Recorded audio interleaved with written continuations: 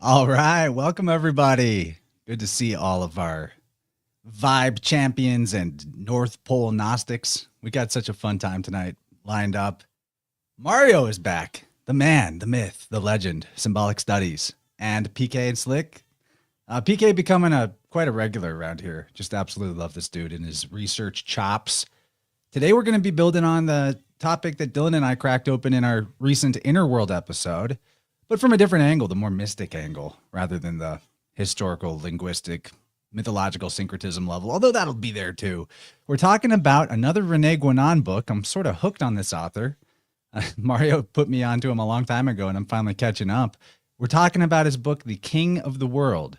Although you may see it translated as Lord of the World, I have a problem with that translation. It doesn't really do justice to the idea properly, but here we are. We're going to be talking about the North Pole, Mount Meru, the center of our existence, and all of the things that might be related to that, including potential secret brotherhoods of initiated reincarnating protagonists.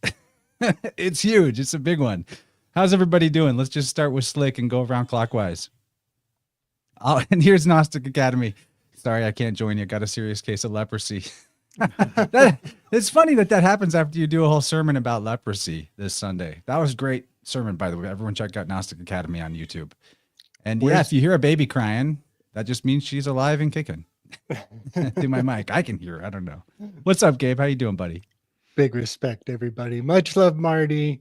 Yeah, where's a Lazar house when you need one, right? Yeah, things are going well for me. Just putting out the old Slick material as usual. I have quite a few interviews that I put out almost a month back that are all scheduled to release eventually. Juan and I gave birth to the Tremunculus on Halloween, and it just came out this week. And I encourage everybody to check it out, but don't fall asleep, because the best part is at the end. It slipped past my radar when it happened, and it wasn't until the rewatch. At the very end, in the homunculus constellation that is erupting on Inauguration Day, the Eta Carinid meteor shower is the Nicene Creed commemoration every year at the same time. There's a homunculus nebula with a baby homunculus inside of it, and it will be raining down the Nicene joy on Inauguration Day. And at the very end, Juan finds that there is a Tremunculus 16 in the homunculus baby constellation. It was like Juan's wettest dream come true. And then we're like, okay, see you later, everybody. And we walk away. So very Oh my God, he's not lying. There's a homunculus constellation that looks like a baby. It's a very deeply seated discovery that we had, but we were too exhausted at the end of the show to give it its due attention. But it just blows my mind that this is going to land on 121 1.21 gigawatts is when this is going to come down on everybody. So yeah, there's a lot of potential that we discovered the Messiah in Trump's destiny. So yeah, that was fun. And then I got a show with Emily Moyers coming out in a week. And then also the Occult Rejects. I went hard, y'all. It was placenta all night long. Mario, how you doing, man? I'm good, man. I'm happy to be here. I'm stoked to talk about Rene Guenon. He's been basically what I've read all year long. And so I just am going through all of his material, and I'm really stoked that you're diving into his work and everything else. Really curious to hear your thoughts. I did hear the first hour with you and Dylan talking about it a bit. And I think this maybe was the second book that I read. And, there's a couple of books that are, kind of like companion books, I think, that you can read alongside it. But what I've been saying ever since I dove into his work is that I think that he's one of the greatest symbologists that I've come across, So he's really brought a lot of clarity to the table for me. I like his way of thinking. He's introduced this idea of a primordial tradition, which we'll be talking about, and what that kind of represents and what that means. So yeah, man, I'm here for it. Yeah, the Melchizedek idea that we discussed definitely alludes to the primordial tradition, especially through the sacrifice of bread and wine, which is particularly interesting symbolism that hails back to Buddhism, potentially further to things that we don't even know about, possibly a worldwide system.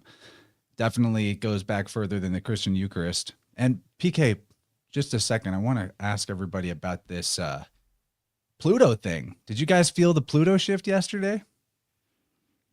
Yeah, buddy. I Did I can't see say I someone felt commenting anything about that? personally. Not really. I didn't feel it. I read it, but I can't say I felt it. Well, we had a kind of an event that corresponded with it that was really fascinating. So we have a month-old baby. Literally today's her month-old day. And as it's kind of wild, I don't know what it means like spiritually or whatever, but I swear we know about 20 babies born this year, and all of them that I can think of except one have had these tongue ties or lip ties, usually both. Hey, what's up, Tom? Speaking of people that just had a baby. Thank you for this super chat. We saw Tom and his beautiful wife and his new baby earlier in the week or last weekend. And anyway, so this tongue tie that our baby had really needed to be released so that she could thrive with nursing. So we take her to all of these consultations and whatnot to find the perfect, solution. We land on this pediatric dentist who has a fancy laser that just does the minimal amount of damage when it releases the connection between the tongue and the bottom of the mouth, because her tongue couldn't touch the roof of her mouth. It needed to be solved. And the moment that she gets this procedure done, like a 60-second procedure, just happened to coincide with the exact moment that Saturn went out of Capricorn, Pluto went out of Capricorn, which is restriction, and into Aquarius, which is actually her first house.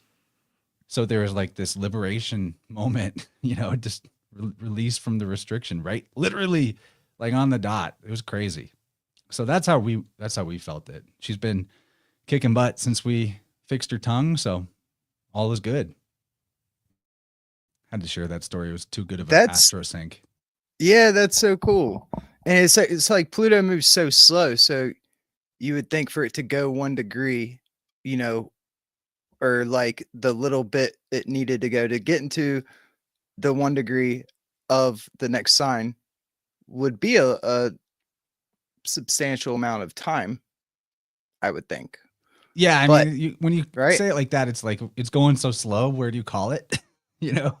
But the fact that they, the official line on, I guess, you could look up exactly. It's such a slow moving thing. It just happened to be that they say it happened at 9:45 a.m. And that's right cool. When the thing happened. Pretty crazy. Yeah, my sister had the same thing. Apparently it's pretty common, the tongue tied thing, and then it's all good to go. But anyway, yeah, I'm glad to be here. I want to share a quick sync real quick with this book and a quote I shared the last time I was on here. If y'all remember the J.G. Bennett quote of like knowing, understanding stuff, which was on the last Vibrant. Repeat that, because I've been forgetting exactly how that goes. I want to remember that. Okay. It is. Thank you for the super chat, DJ Mike. Let me see. Super chat's coming in strong DJ tonight. Mike. Thanks, everybody. What's up, Mike? And Marty, sorry you couldn't be here, man. I hope you feel better. Let's see the quote. Okay. How does it go? Knowing is something that can be communicated, but not transferred. Understanding is something that can be transferred, but not communicated. And then I feel like you need to add a little bit to the quote to explain what you mean by transferred. And by transferred, this guy, J.G. Bennett, is talking about transferred from one experience to another. Or you could say maybe from one like skill or, craft to another. So you could think of like polymaths back in the day, right? Why were all these people so good at music and math and engineering? And then they were also astrologers. It's because I think they possessed a certain understanding that they were then able to transfer to other and excel in other disciplines. So I think that's what the meaning of transferred is here. But what I wanted to say about bringing him up again is that I go and I look up, or I look at this book on the first page. It says Combe Springs Press. Well, Guess who founded Combe Springs Press? It's J.G. Bennett. So Wow. isn't that, it's kind of crazy that, And you know, what's on the logo for this print or an publisher? Enneagram? An The- Enneagram. Their Yeah, logo is the Enneagram, Gabe. yes, it's because J.G. Bennett was a Look at Gurdjieffian. his face. He's a Gurdjieff disciple. Dude, obviously Gabe didn't do his homework and read the Nope. book, or else he would have known. Nope, I did not do my homework, but I'm excited to learn what you Shame guys on you. started. Oh man, I was on a big Rene Guenon kick a long time ago, but this is fascinating. And of course, let's not miss it. I mean, I've been telling Mario, Rene Guenon is an anagram for Enneagram. There it is, Enneagram. Gabe. This is right here in the PDF.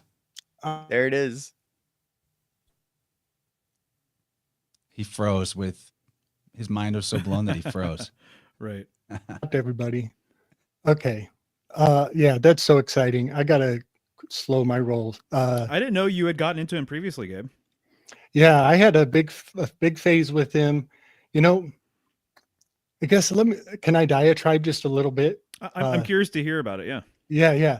And this is part of why I didn't do my homework. I also was gallivanting in my own research realm. But so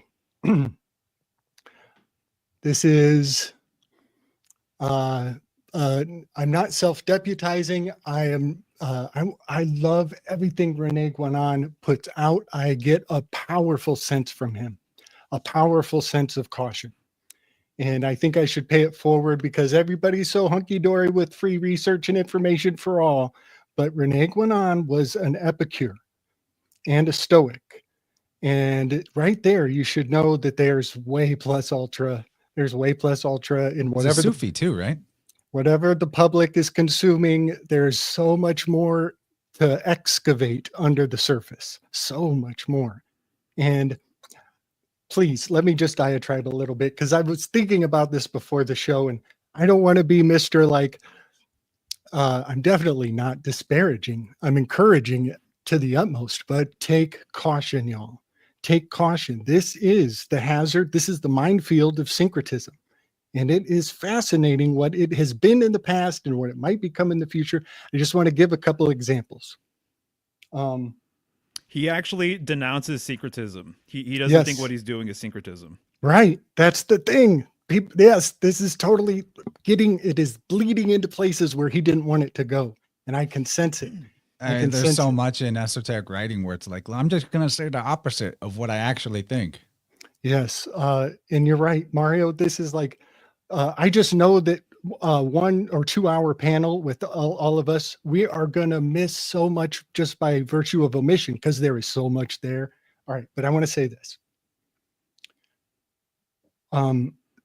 Helen of Constantine's mother, Saint Helen, is the patroness saint of difficult weddings and archaeology.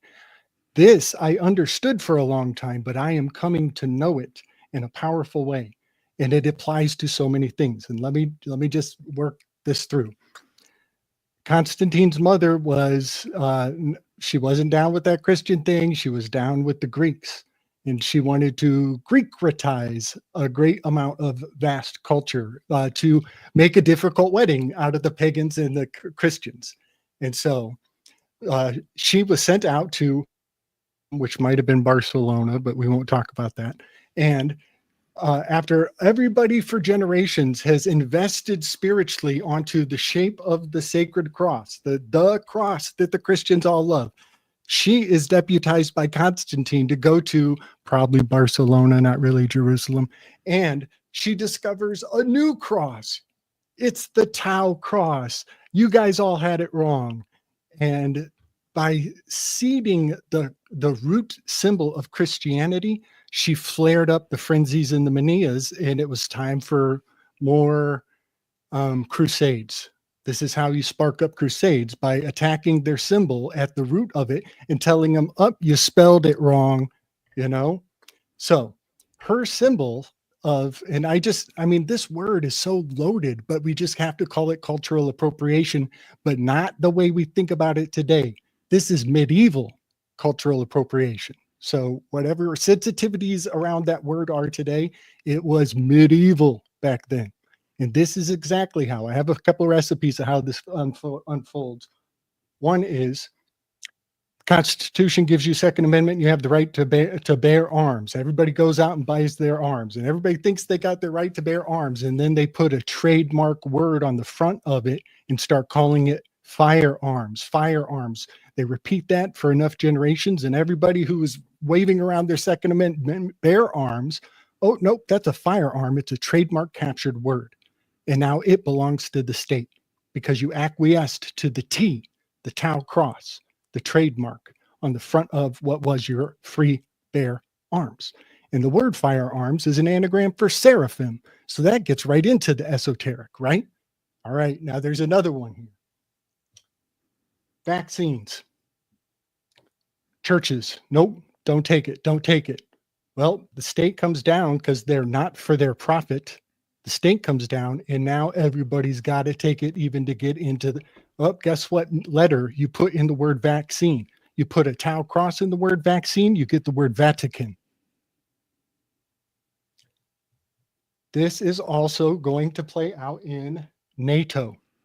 Everybody's out there hailing OTAN, hailing OTAN. Woo, let's get naked in the woods for OTAN. And then you find out that the French don't call NATO NATO. The French call NATO OTAN. Uh-oh, somebody snatched your God. Were you dancing naked for NATO all along? So this is the kind of synchromystic seeding of what you were worshiping and hiding something behind it that is nefarious. And it's just like the Virgin Mary in South America. People go and they put the flowers to Virgin Mary. You knock down the altar and you find out that there's a dark ma underneath.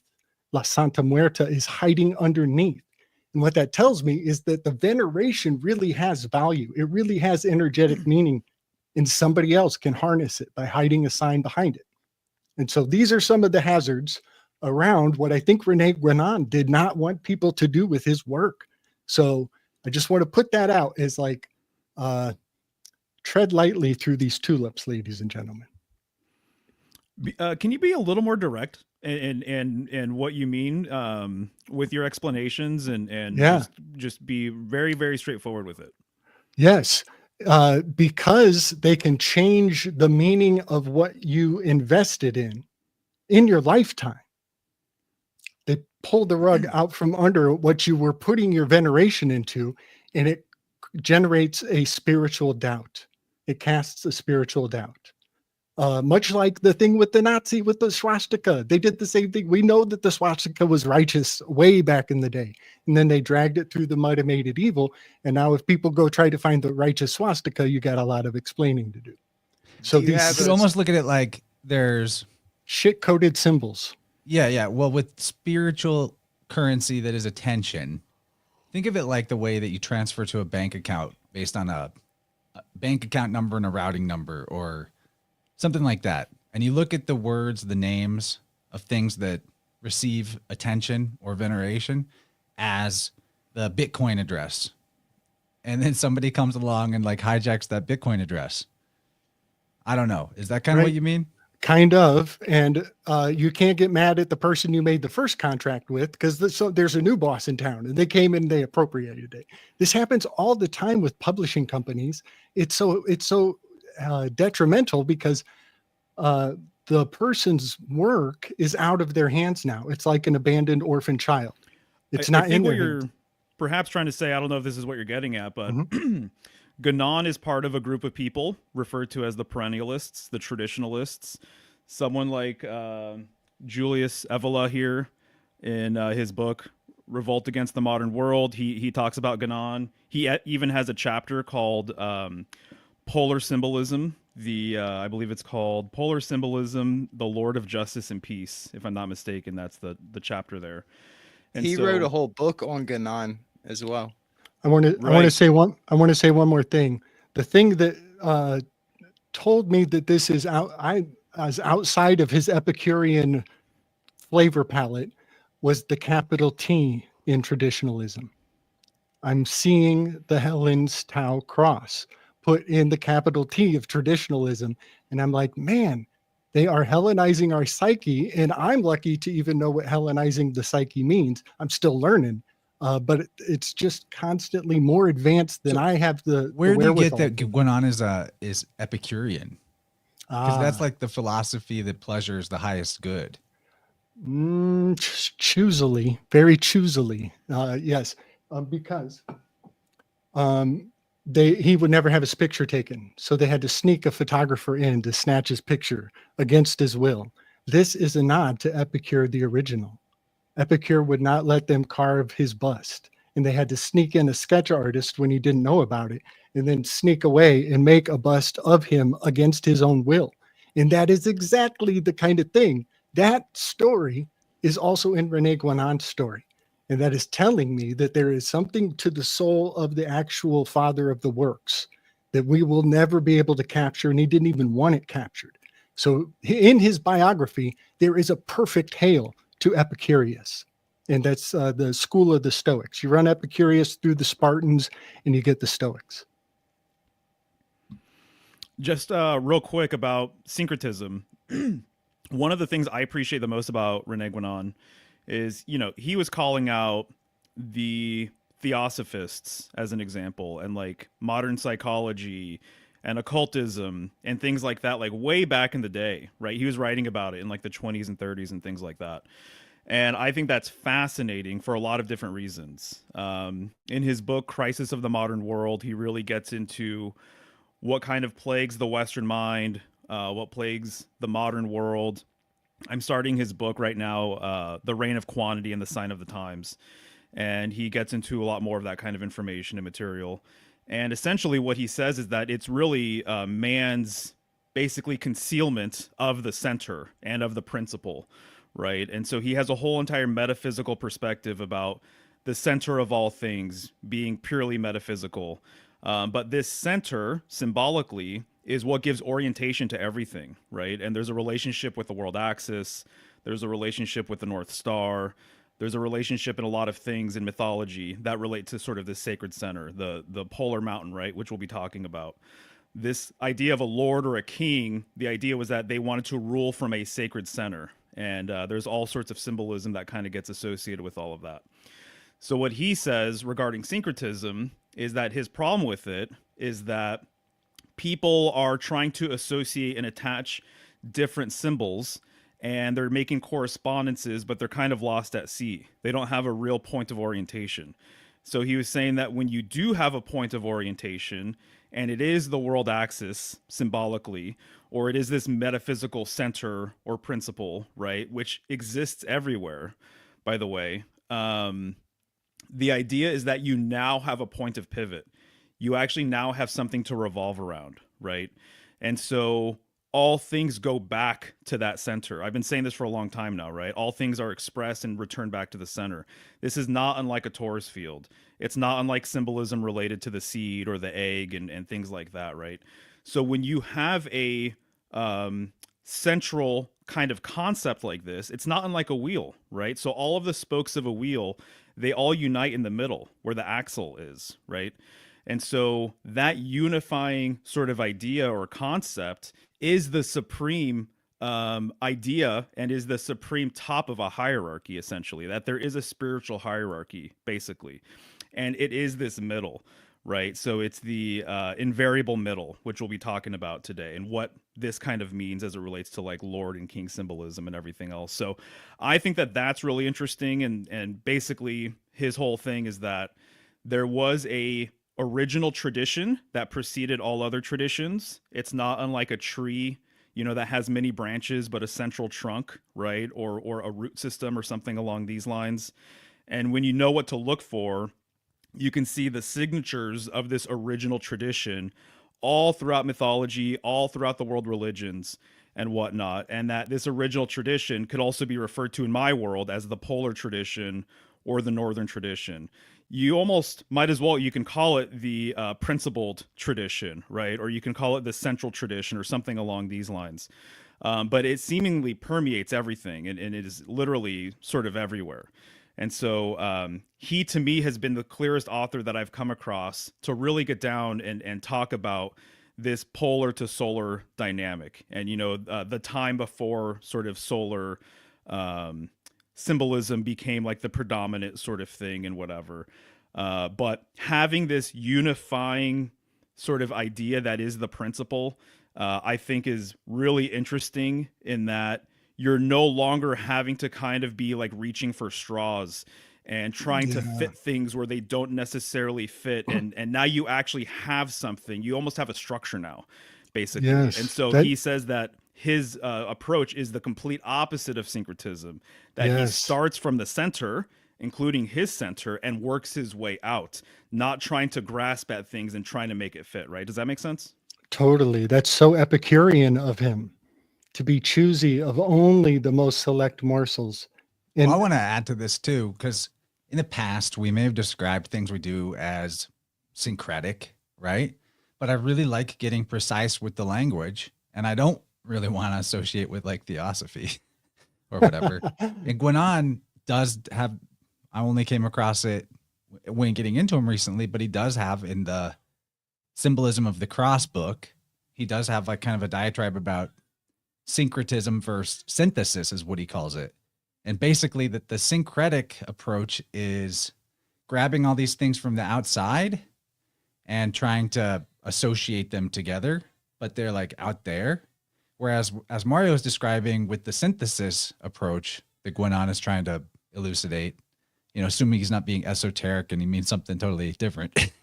It's about the essential meaning of the symbols of different traditions comes from this primordial trunk of this tree of the original tradition, but that to understand it, it's not even necessary to rediscover that tradition per se, but to find how that symbol works within yourself. yeah, buddy. So rather than gathering things from the outside and trying to figure out what they mean by playing this game of like matching this to that, you're finding meaning within yourself. And through that inner meaning, you know what the things outside and the circumference of the wheel means.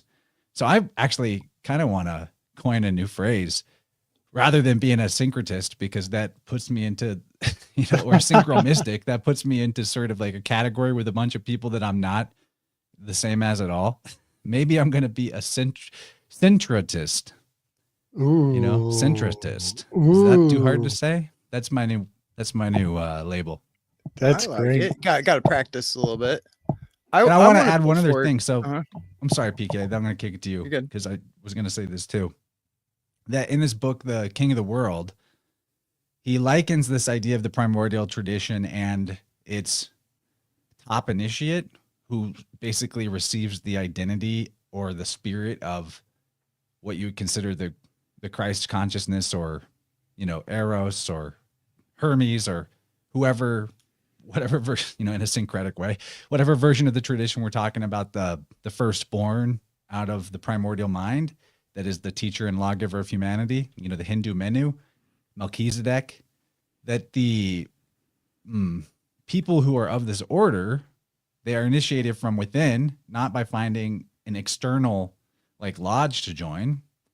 And I really like how he described that. And I found a similar description in the Gematria book, Sefer Sapphires, where it says, the priesthood of Melchizedek is not an outer order like the Masons.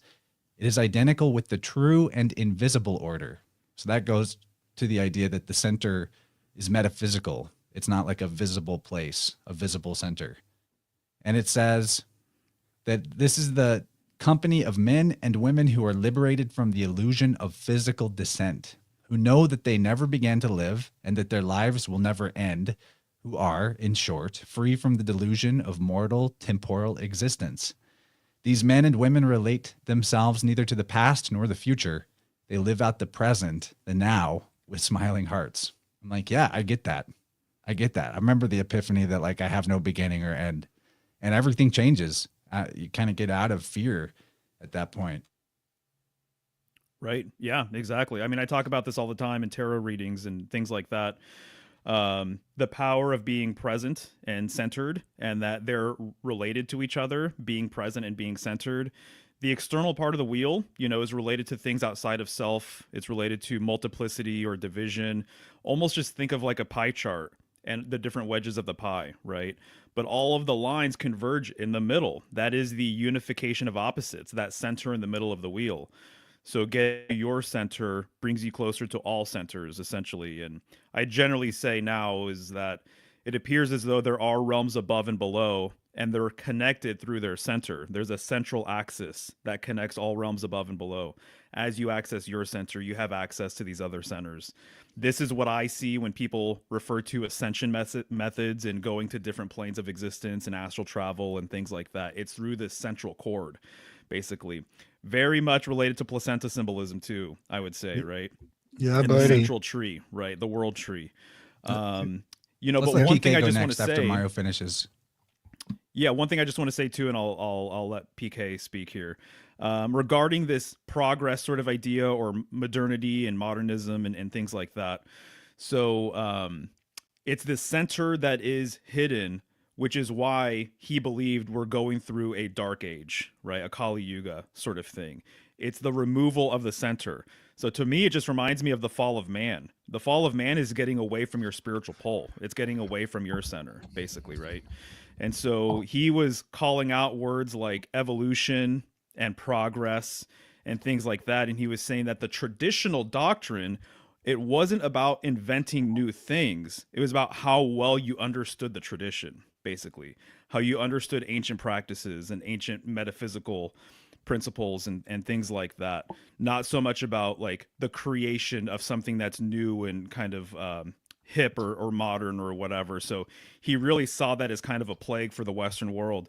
The fact that we're so conditioned to want the new thing, the new technology, the new trend, right? You know, new fashions and, you know, just seemingly everything else. And I've always thought about that as a kid. It's like, why were there clothings? Why was there a fashion that was, you know, distinctly from the 50s and then from the 60s and then from the 70s and from the 80s and from the 90s? Like, it never made sense to me. It's like, why do we always have to reinvent new clothing? Well, when you read things like Crisis of the Modern World by Guenon, you start to really understand. It's kind of humanity's way of running away from their center, running away from the principle, running away from this tradition. But anyways, PK, what's on your mind, dude? Well, I gotta say one thing. I'm sorry, PK. go for Last thing. Here you go. Because I'll Alright. lose this comment. But Jenny is like interesting considering the midline mutations going on right now. But when I talked about the tongue tie and how like I know 20 babies that have this thing going on, it's part of a larger phenomenon happening in recent years where there's like a huge increase of what they call midline mutations. So things going on the center of the body, whether it's like the umbilical cord or, you know, somewhere in the mouth or the tongue, but it's like, or the, you know, cleft lips and all that. It's really interesting in context of the Kali Yuga and the loss of the center that babies are being born at a really high incidence with some kind of damage to their midline. Just wanted to throw that out there. Yeah. So first, I want to say I'm very curious of. I wonder what the what French word he used for synthesis. I think that might be important. But if we take it as a good translation, like maybe it was very close, or you know, the word synthesis, that means basically, right, like putting it all together and seeing it as a whole, sort of thing, right? So to me, as I see this, I don't think it's necessarily about I think there may be more to it. I think there might be an esoteric meaning here. And the polar old ways, right, is symbolic of our, how do I put this? To our like loss of the word. You might could say, okay, that hidden God is, we killed Hiram Abiff, okay? We lost the word. That is the center. But the thing is that the center is what I would call like peace, okay? It's the stillness. It's the center of the magnet. It's the black hole. It's, if you move that magnet, that black hole moves, but that black hole defines everything that's going on around it. Now, the sun, I think, is the justice. It is the outward facing center, because itself, it reflects the black hole. It reflects the middle. It reflects the axis, because we you could see the planets going around the sun. So it's as if the axis mundi, that's spiritual world axis, is the immovable mover. And then the sun, it's like that's the black sun, and then the physical is the spiritual sun, and then the physical sun is it manifest. Because the world axis, that the still point on a wheel, doesn't participate in this world. That's the big thing, I think, and that's the key. It's not one or the other, it's both and so that's what I think it is. We have lost, when they say like there's an old polar tradition, to me, I think that just means that we lost connection to the source. I don't necessarily take it as a literal thing. I think that what it's talking about back then is that they had this connection to the source and to this world. So it's like they had, it's a both and thing. I don't look at it as one or the other. And lots of reasons these characters, you see them miss, and you can tie it back to the polar symbolism, is because it's intrinsic in nature. That the sun, going back on what I said, the sun is the physical embodiment of the world axis. So I think it may be on purpose. It may be just how this world works, but that it's intrinsic to each other. So I look at very much like a both and. That's all I had to say. I'm into that. Yeah, man. You know, one thing that's beautiful is the North Star, even on nights when the moon is not around, the North Star is still there. So it's like totally on a different frequency, you know, and therefore it is the unmoved mover of our dream space. I think it has that impermanence even in your unconscious, as they say. And chance you are buzzing on that, you know, being the center of the self. That is, I think, hailed in the story of Odin on Yggdrasil, when he is with himself of himself, and he mentions self twice. And I think that is kind of that true to the lineage of this technology. And Mario, I want to share with you, our buddy Zaralath is doing deep Bach Saga works right now. He is way in it. He is so in it. And he and I were chewing on this fascinating fact that the split between the East and the West, which is pretty much right in Helen and Constantine's backyard 1,000 years later, maybe not. The East and West split, it happened in 1054. And this was when the Crab Nebula was going off. In the East and West, on the exact same day, at the exact same time, with the exact same ceremonies, they had mutually assured destruction when they excommunicated each other forever. And the Crab Nebula was splitting the East and the West. And I see this very correspondent with the split of the mind. But Zaralath, he points out that the Bach Saga, in the tumult of losing Helsinki as the center line, it happened in it happened in 1052, 2 years before the East and the West split. So this moving of the dividing line and the zero marcator, it was all at a real hotbed of cultural turmoil. And then I want to just quote Gandhi. You guys have heard this quote. People ask Gandhi, so Gandhi, what do you think about Western civilization? And he says, I think it would be a good idea. So, PK, what you said about the sun too. I was talking to Topher a couple of weeks ago, and we did a show together, and he used the word surrogate, the sun being a surrogate for the pole star, and the glyph for the sun, right? It's a circumpunct circle with a dot right there in the middle. I've said that this is very much a polar symbol, even when you just look at like polar mathematics and how, you know, a central point kind of works with being an axis or whatever.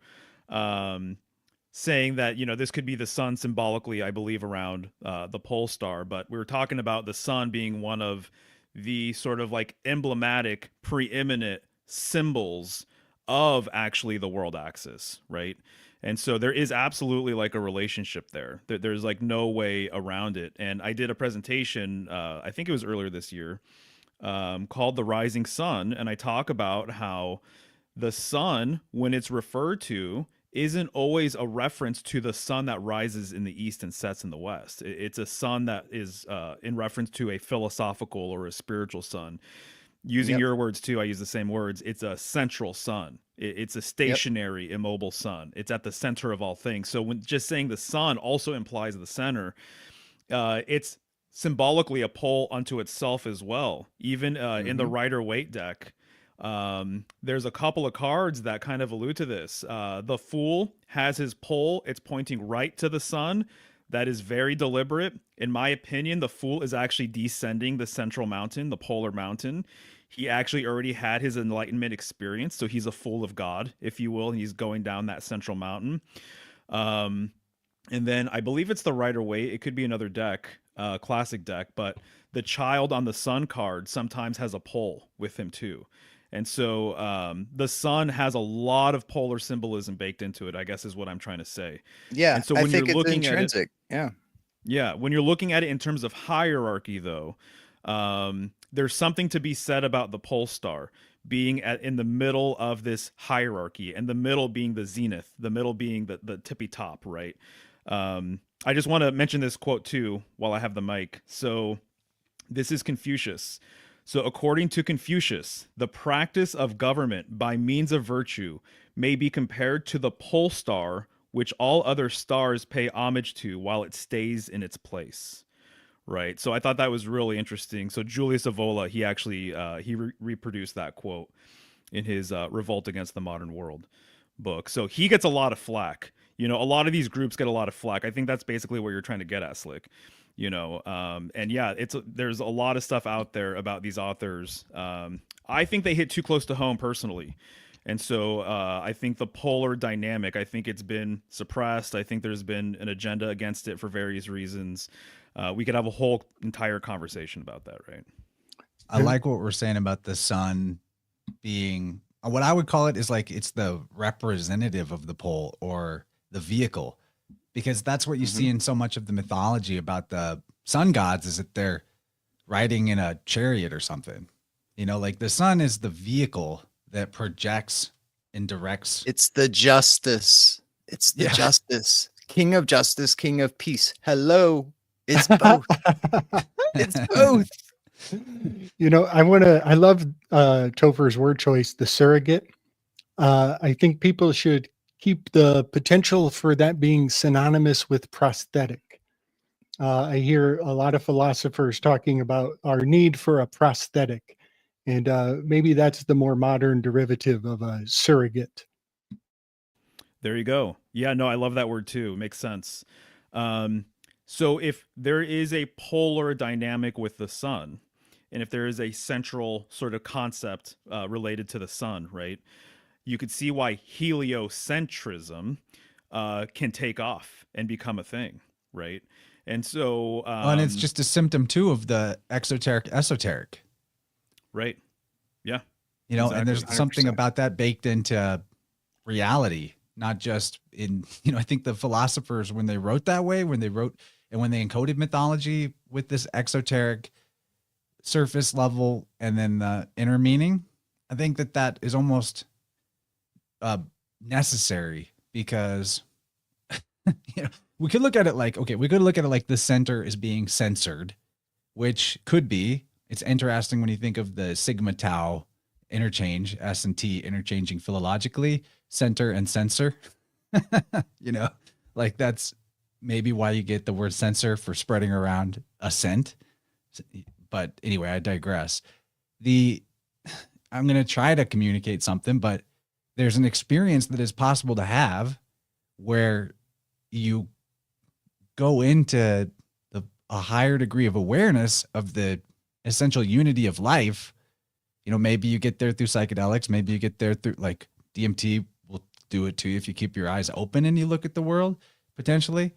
You know, there's ways to get there through transcendental meditation or, I don't know, Kundalini awakening, what have you. But you can attain a state where you become aware of the unity between the inner and outer world. And you see yourself, capital S self, in every leaf of every tree, every blade of grass, And that's, I think, the moment where you uncovered the center and you see it in everything. It's not in one specific location. And that's something that can't really be properly communicated. I'm doing my best, but it's there. So maybe there's like something about the nature of what Guenon is trying to talk about, where it can't necessarily, and what people who are in the polar tradition, if you will, they can't really come right out and say it because it wouldn't make sense anyway. I'm thinking about, to add to that, how, and this is very Epicurean thought. The number 7 is the Epicure on the Enneagram. 7 is a super magic number, y'all. And then, of course, it's an epicure or an enthusiast with a shadow of glutton and the remedial virtue of abstinence. And in abstinence, you can send yourself on an amazing psychedelic trip. Try not eating for a couple days. You know what I mean? You don't have to take anything in. You don't have to externalize to a prosthetic or a surrogate. It's already in you, and it's about abstaining that takes you on a journey. So yeah, I think that's very much in line with the Guenon spirit of progressivism and all this modern day hullabaloo, when in fact it's more simplification that makes the world so fractal. I want to kind of sort of shift gears and ask you guys what you think about Guenon beginning this book, Lord of the World or King of the World, with Western ideas about Agartha. Because the way he writes that chapter, he's practically just reporting on other people's reports and not exactly saying one way or the other what he thinks it is or if there's a truth to it. But, we could expand on what Agartha is supposed to be, what we think it is. Maybe I'll start with PK and then kick to Mario. So I didn't know what Agartha was until I read this book. I never heard that word before. Okay. Yeah, so it's like explained as hollow earth. Maybe I'm not the best to start with on this one. That's okay. Yeah. Okay, we'll kick it to Mario because Mario's probably come across Agartha before. But yeah, it's supposed to be like a secret spiritual city that is either at the North Pole or inside the Earth. And that's where it immediately gets symbolically confusing, because is it the interior of the Earth as in underground inside a sphere, or is it the interior of the Earth as in at the center of a disc, Oh, you got muted there still, Mario. Start that over. There you go. Okay, so I think that's it, the second one that you mentioned there, that it is in the center of a plane of existence at the North symbolically. But the fact that people have used it as the center of the Earth, as in like going into the Earth, symbolically, it's very similar, right? And so there are a number of mythical cities. There are a number of mythical palaces and schools and universities and all these types of things. I largely think, because I think there's something to this primordial sort of concept of an underlying tradition behind all things. And because I've read his book, Fundamental Symbols, too, which is an excellent one. It is one of the best symbolic books I've ever come across. I find it really interesting, as an aside, by the way. One of the go-to symbolic reference books that I've mentioned time and time again, it's the Penguin Dictionary of Symbols. It has some of the best symbolic entries, and it's like the best bang for your buck. It's super common. It's pretty thick. The entries are fantastic. And what I realized, the reason why I like it so much is because they address the world axis. They address the center. They address all of this with their symbolic breakdowns. And that is actually the first book that I personally came across that wrote about Guenon and referenced him. And just the other day, it's a French book. Yes. Just the other day, I was looking in the back at all of the different authors that they make reference to. And Guenon is quoted more than any other author, like by a decent margin, actually. And so his work heavily influenced a lot of symbologists, that followed. Another aside, too, there was a French apparent esoteric group of some sort called the Polaris, which he was a part of, which I don't know that much about, actually, but the name itself is pretty interesting, right? The Polaris. But there are a number of mythical cities and things of that sort. And in my opinion, when you're talking about mythical artifacts too, whether it's the Holy Grail, the Philosopher's Stone, things like that, we are largely talking about symbols that have to do with the center. It kind of gets boring after a while, in my opinion. But time and time and time again, this has kind of been the case that I've come across, right? And so I'm reminded of vitriol, right, which we've talked about before, right? The acronym vitriol. So it creates a sentence. It says, "Visit the interior parts of the earth, and thou shalt find the hidden stone." There you go. It's all over the art card, for sure. Agartha. There you Agartha. go. Yeah, exactly right. Yeah, This yeah, card has done 100%. this card has done some fascinating tricks in my project. This is Lady Frida Harris's self-portrait, and it was in the number 5 position, but I had to use it over here in the number 3 position in the primes. And guess what? It's in the 3 position. It's card number 14. It's 3.14 pi code. So yeah, very, very linchpin card in my project. Nice. I love it too. Dude, we could talk about that card. We could do a whole episode just on that card, right? But it's interesting art too, the fact that Crowley called it art, right? A lot of art words to it apparently is very much related to bear symbolism. King Arthur, Artemis being a bear goddess, right? And so there's a lot of art words that relate back to the bear, to Ursa Major, and you're dealing with the number 14. Ursa Major, Ursa Minor combine 14 stars. You know, this And if you just vitriol drop business. if you just drop the aspiration, it's art. You could drop the aspiration on the word heart and get art. There you You go. know, the way that like in Greek, they just wouldn't say an H at the beginning of words that other people would say the H. That's right. And There you go. also Earth. Journey to the Earth, yep. heart of the earth and find the Agartha and have yourself some absinthe while you're at it. And so I see these mythical cities. Oh, vitriol. That's what I was getting at, right? So vitriol, visit the interior portion of the earth. Thou shalt find the hidden stone. It's another journey to the center of self. I think when you're talking about storylines where it's journey to the center of the earth, I think largely mythologically they're just encoding going to the center of self and you know, all of the benefits and the treasures that can be found upon doing so. Essentially, that's how I personally take it. So the Holy Grail isn't something to be physically found, in my opinion. The Philosopher's Stone isn't something to actually be created.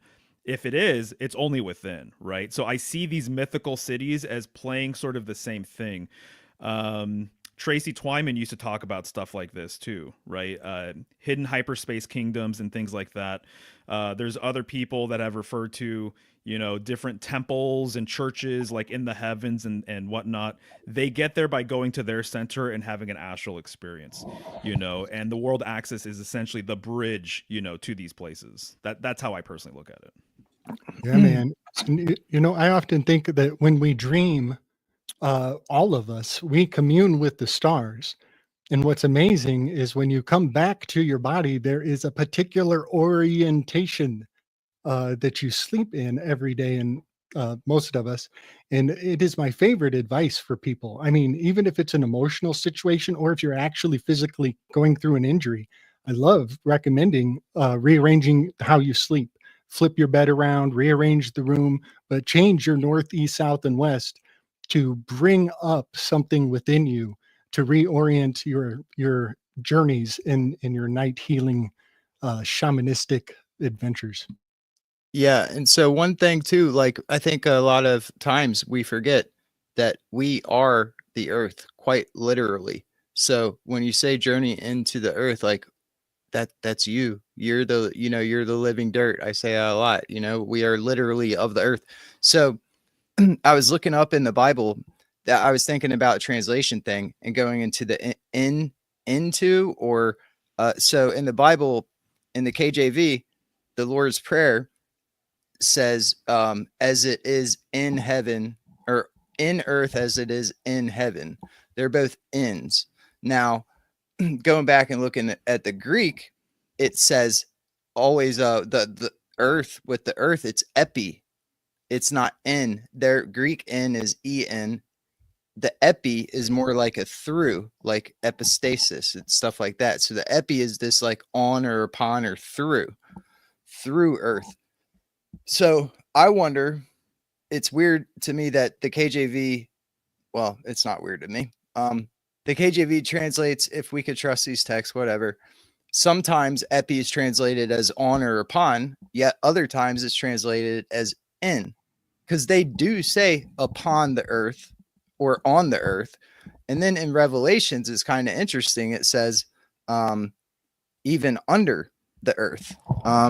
Revelation 3, it's about the book of seven seals. It says, and no man in heaven nor in earth, neither under the earth, was able to open the book, neither to look thereon. So it's interesting all these things are used, and the translation, go figure, isn't consistent throughout. Like every time they say epi, you don't see upon. So I wonder if it's something, a little bit of that possibly going on. I could see how that could be easily conflated. Well, okay, so the in part of this is super interesting. And it gave me kind of a mind flash about the Allegory of the Cave, Plato's Allegory of the Cave, because in modern interpretation of Plato, it's for some reason gone out of fashion to try to read and interpret it esoterically, and people just take it on the surface level. Reading this big academic book right now where this professor's trying to make a case to the other, professors of the world that believe that there's no such thing as esotericism in the philosophical canon, which is, I know, it's astounding, right? Like that's where we're at right now. I know Gabe's dying. So anyway, with the Allegory of the Cave, what could it mean if it doesn't actually mean that being in the cave is bad and the world of illusion? It kind of like to just flip on its head or invert what Plato says a lot of the time. With the Republic as a good example, Socrates is describing the ideal society, allegedly, and it's like the most tyrannical thing you could possibly imagine, but it's also supposedly perfect, right? And probably what Plato's trying to say is that they're, out of one side of his mouth, he's making the tyrants of his day that might become aware of his work feel comfortable with him and not want to go after him because, like, look, he's praising our methods. But for the person with eyes to see, it's like, obviously there's no such thing as a perfect society. And that gets into the whole question of theory versus praxis, which is the heart of philosophy and reason to begin with. So if we're going to take this approach to the Allegory of the Cave and consider, Guenon talks about this in terms of the abode of immortality too, and all the traditions of the world that reference the Primordial Tradition, where the hero figure goes into a cave, whether it's Abraham or Brahma, there's always like a entrance into the underworld. It's replete. So with that in consideration, maybe Plato's Allegory of the Cave is actually saying that the cave is, the cave and the shadows on the wall, as in kind of the fuzzy, non-substantive images of our mind inside the cave of our skull, is a more real reality than what's under the light of the sun. Maybe it's literally just opposite day with Plato. I wonder about that.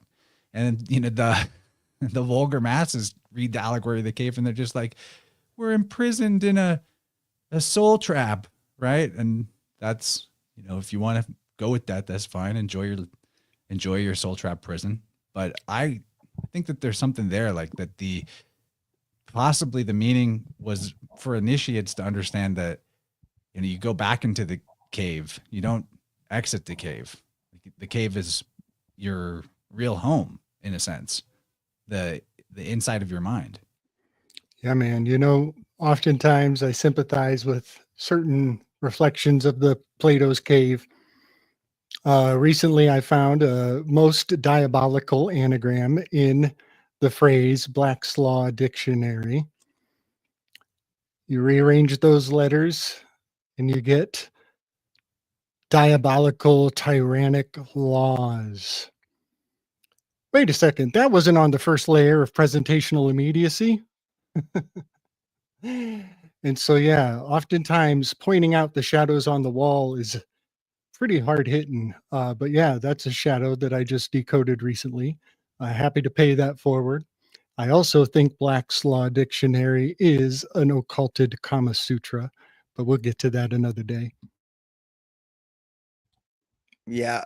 I'm with you, Chance. I think it's opposite day. Can you share this real quick? Yep. So this is from Ficino.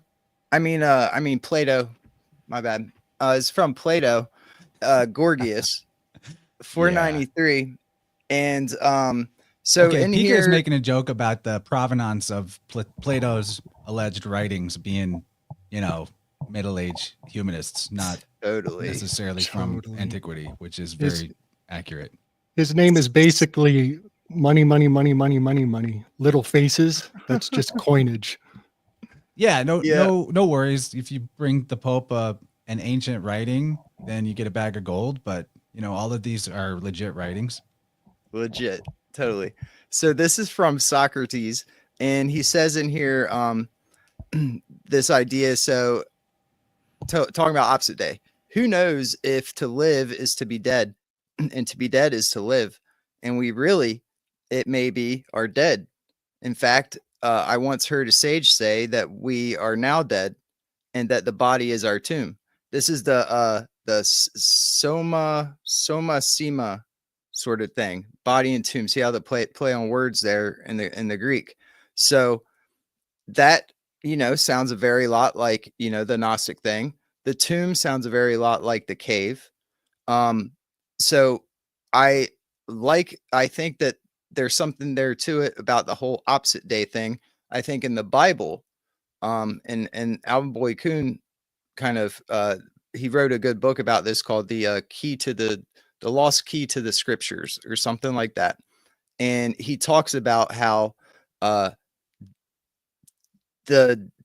be dead, when they talk about death in the Bible, and how sin is death, and you're born into sin, that I don't know if they say you're born into sin, but essentially the idea is with this Plato idea, kind of the soul dies. And this is, I think, just metaphor, allegory. The soul dies when you come here to live on earth, and basically, or in earth, right? You decide, but that's the idea. And so Or it when could you be say it goes to sleep. exactly, that's what I think more is the actual meaning. It's not that it dies, but that's quite a good allegory, if you will, quite a good metaphor, that it dies, but more, yes, way more accurate, it goes to sleep when you come here. And that's the idea, that it's like, and then you see again the tomb. So the tomb, again, you're relating to death, but it, probably more accurate to relate it to sleep, right? And so, yeah, I just wanted to throw that on the table, that I think there's definitely something to that. When you see Bible and the talking about sin and death, that to sin actually means to live. Like here is sin. That's just the death is the life. And in Guénon's book here, he talks about the land of the living saints. Okay, what is this backwards? Like, yes, exactly that. That's the, I think, the esoteric thing is that here, in a way, part of you is dead or sleeping, and that's kind of what they're saying in these books. And like our dream life is that other part of us being awake.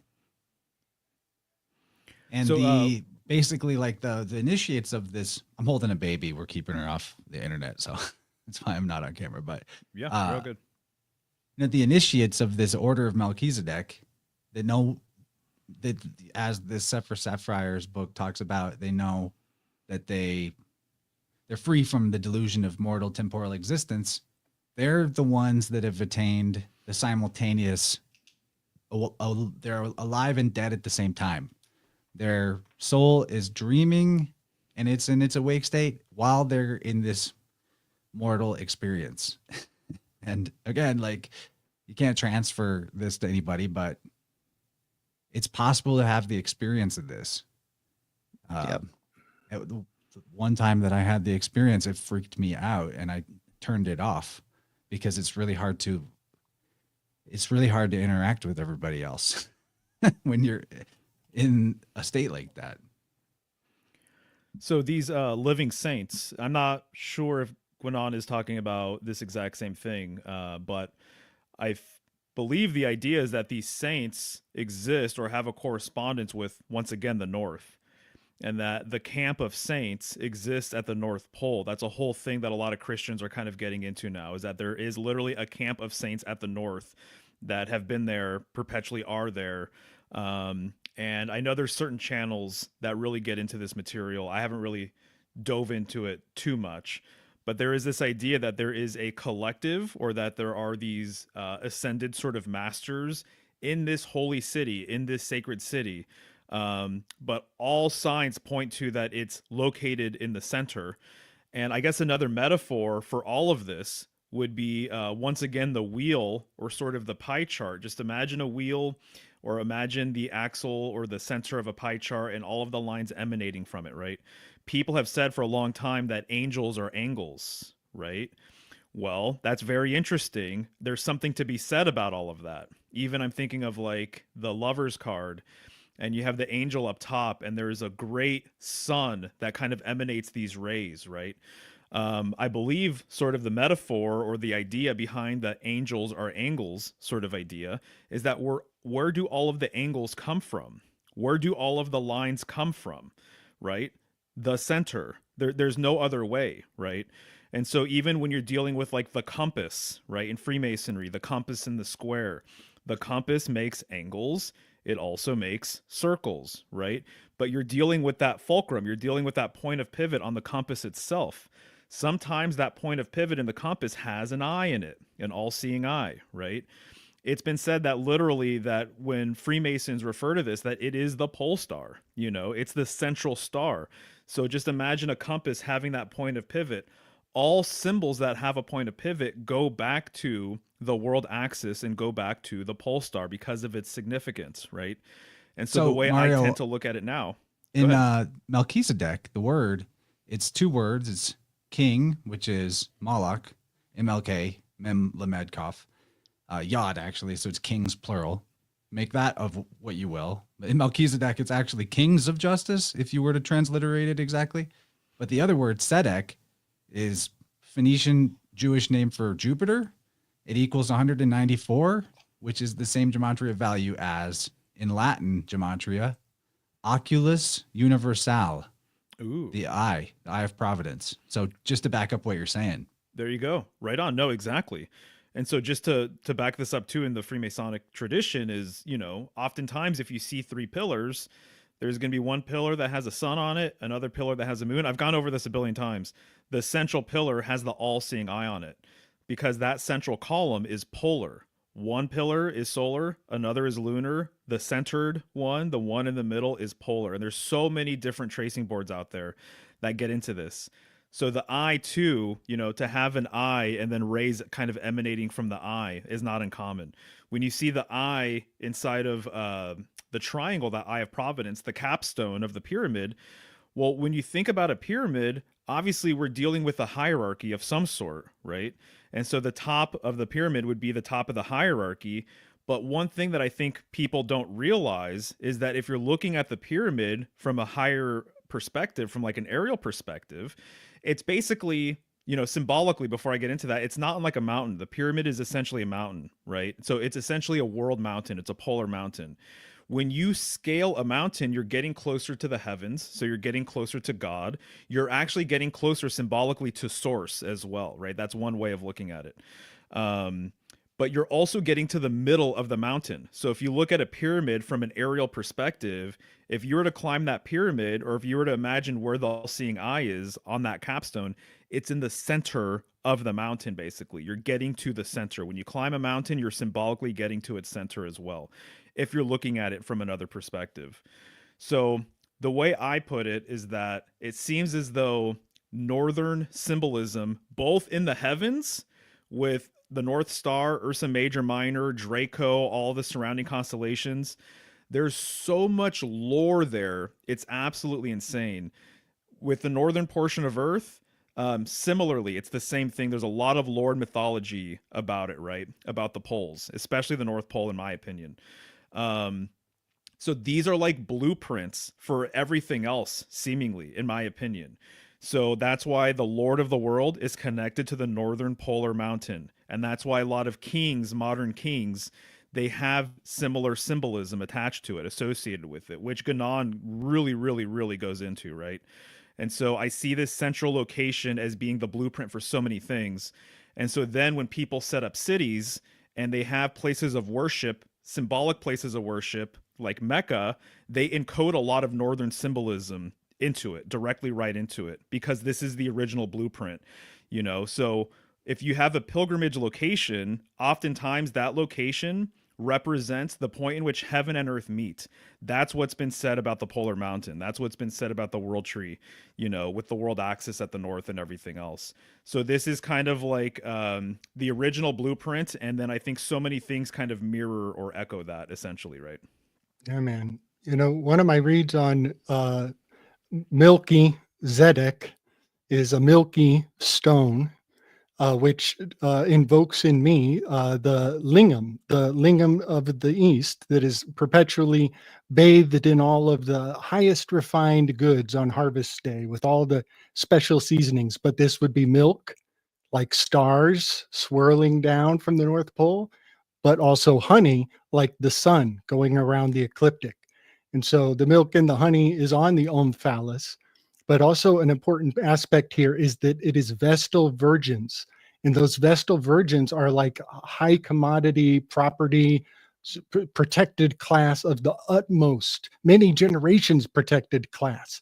And they are a sacred artifact that is part of this omphalos, but it also hails to Minos in the centaur in the middle of the maze in the island of Minos, where also Vestal virgins on a regular basis. And if you interrupt the flow, things go way off.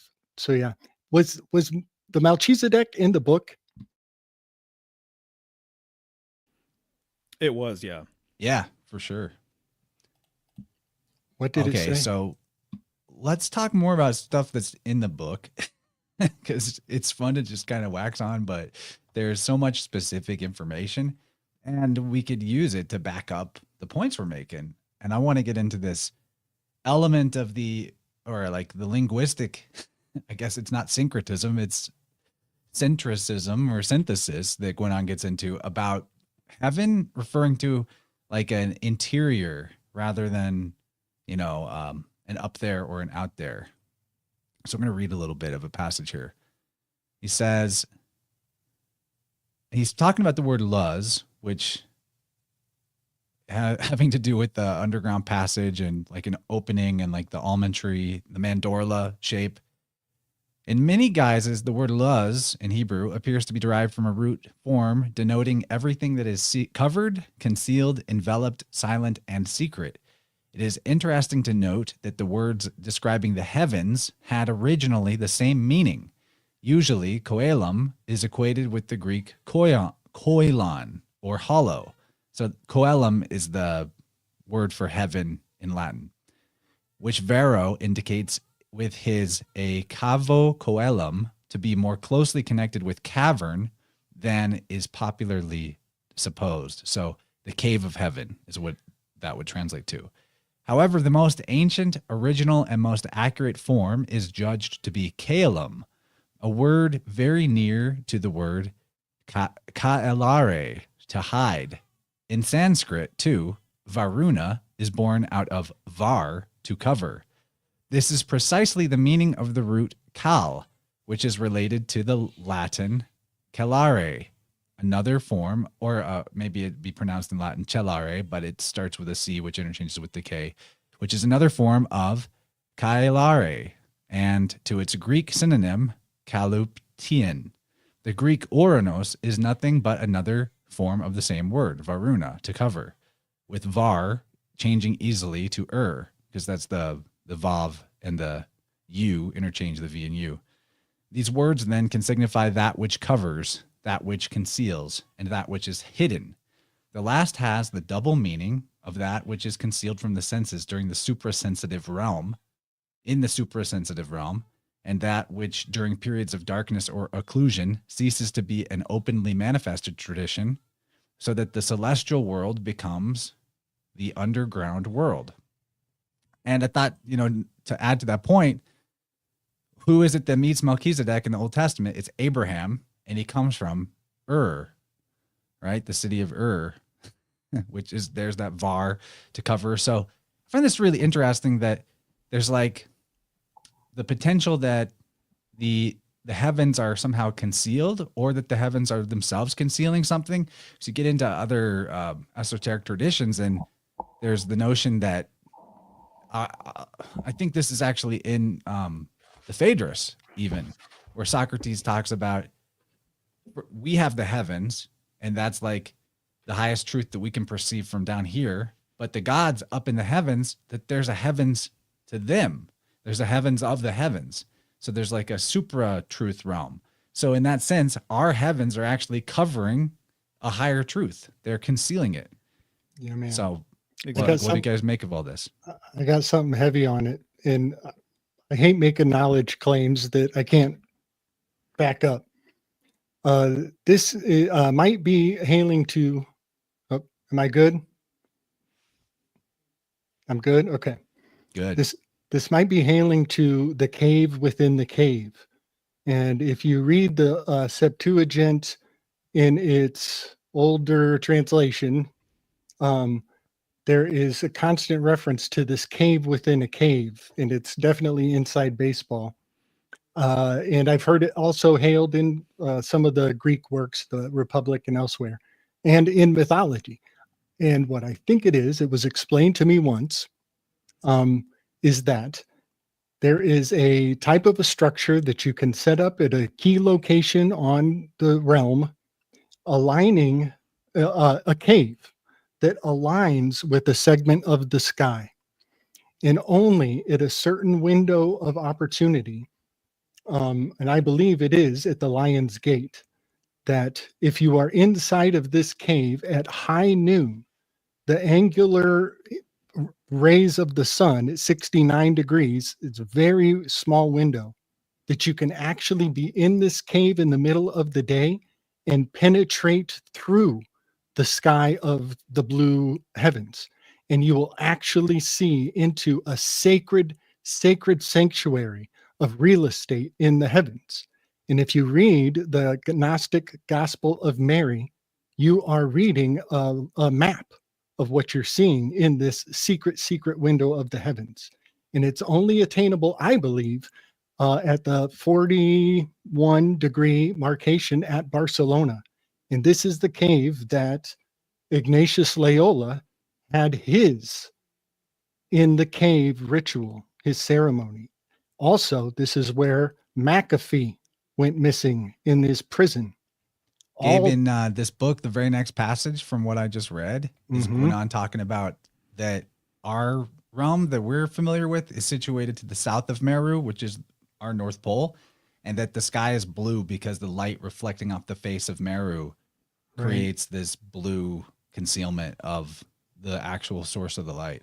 Right. And I want to also say that there's a possibility that whatever the real Socrates egregore was might have also been in Barcelona at this location with this uniquely designed cave to see the highest real estate. And to know that real estate and or have your family lineage commemorated by the Gospel of Mary is immortality to some heads. So that is my theory on the cave within the cave, seeing through a second layer of hidden heavens. Yeah, PK, I mean, can I bounce to you, PK, and see what you wanted to bring up from the book too? No, it looks like Mario wanted something to say. I appreciate. Yeah. I'll I just want to speak make after sure we all get Mario in the mix. Yeah. Oh yeah. I mean, I was just gonna say, I mean, think of a labyrinth, right? Layers within layers. Think of what people have said about, just reality in general, spheres within spheres, So cave within caves, caves within caves, it makes a lot of sense. Also 7 heavens, right? This implies that there's multiple heavens, there's multiple passageways, multiple things, thresholds to kind of get through, right? Even vitriol, I think, speaks to this, that there's 7 steps to get to the center, right? It's not just it's a gradient, basically. It's step by step, Yeah. right? 7 rungs on the ladder to the stairway of heaven, or to the heavenly gates, or whatever. Yeah, buddy. And If I'm this is interpreting it correctly, Guenon's talking about a tradition, the primordial tradition, asserting that in each like cosmic age or dwapa, or that the land masses that we have available, like what we're on currently, will sink and another one rises up, and they just like rotate. It's almost like a lazy Susan, with the which comes up and what gets put under the water. Mario, I wanted to share with you, I think that this location is in Barcelona, and it's so beautiful because, I thought I was a Leo, and I find out I'm a Cancer, and my midlife heavens are not what I thought they were. But Barcelona is encoding the location in the heavens that you would be looking for this. The Barce is crab in reverse. Leona is the lion. And so in Barcelona is where this cave is, that you look to the heavens and you look for that real estate in the lion's gate of the sky. Gotcha, man. Field And a trip. bark is also a boat. So like bark, the ship of the lion too. You could translate that out of it. Right. The last thing I was just going to say before I let PK speak here, regarding, I guess, the underworld being above our heads or something along these lines. It's really interesting. When I was getting into like Kenneth Grant and the tunnels of Set and things like that, basically, when you access the hidden Sephiroth Doth, right, the 11th Sephiroth, they associate that with the North. And they say that when you go through Doth and you go to these other planes of existence, that you are accessing the root system here.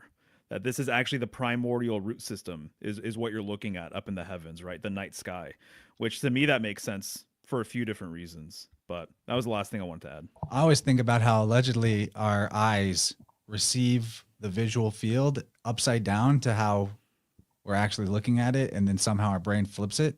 I don't know how you would like figure out the circuitry of that neurologically. Yeah, but I that's the always claim. wonder that too. I wonder how the hell someone like figured that out. Like how, I don't know, how true is that? You know what Are I we mean? upside Like, down right now? Because then that puts a Dude, whole new like, spin show on me how Socrates someone saying like that we figured might that actually out. be dead, not alive. Concave yeah. Earth. Concave Who Earth. knows? I read so- one thing about one book about John Dee, and what the author said was that one of John Dee's greatest secrets was that we are moving backwards in time, and we do live in an upside down reality. Interesting. Tycho Brahe, PK, Tycho Brahe, Earth's going 1 mile an hour backwards. 1 mile an hour for the math. So it's interesting, Mario, that you brought up Kabbalah, because I think that has a lot to do with this Melchizedek character. And so think of the 1/10 tithe that he pays to Abraham. No, Abraham pays him.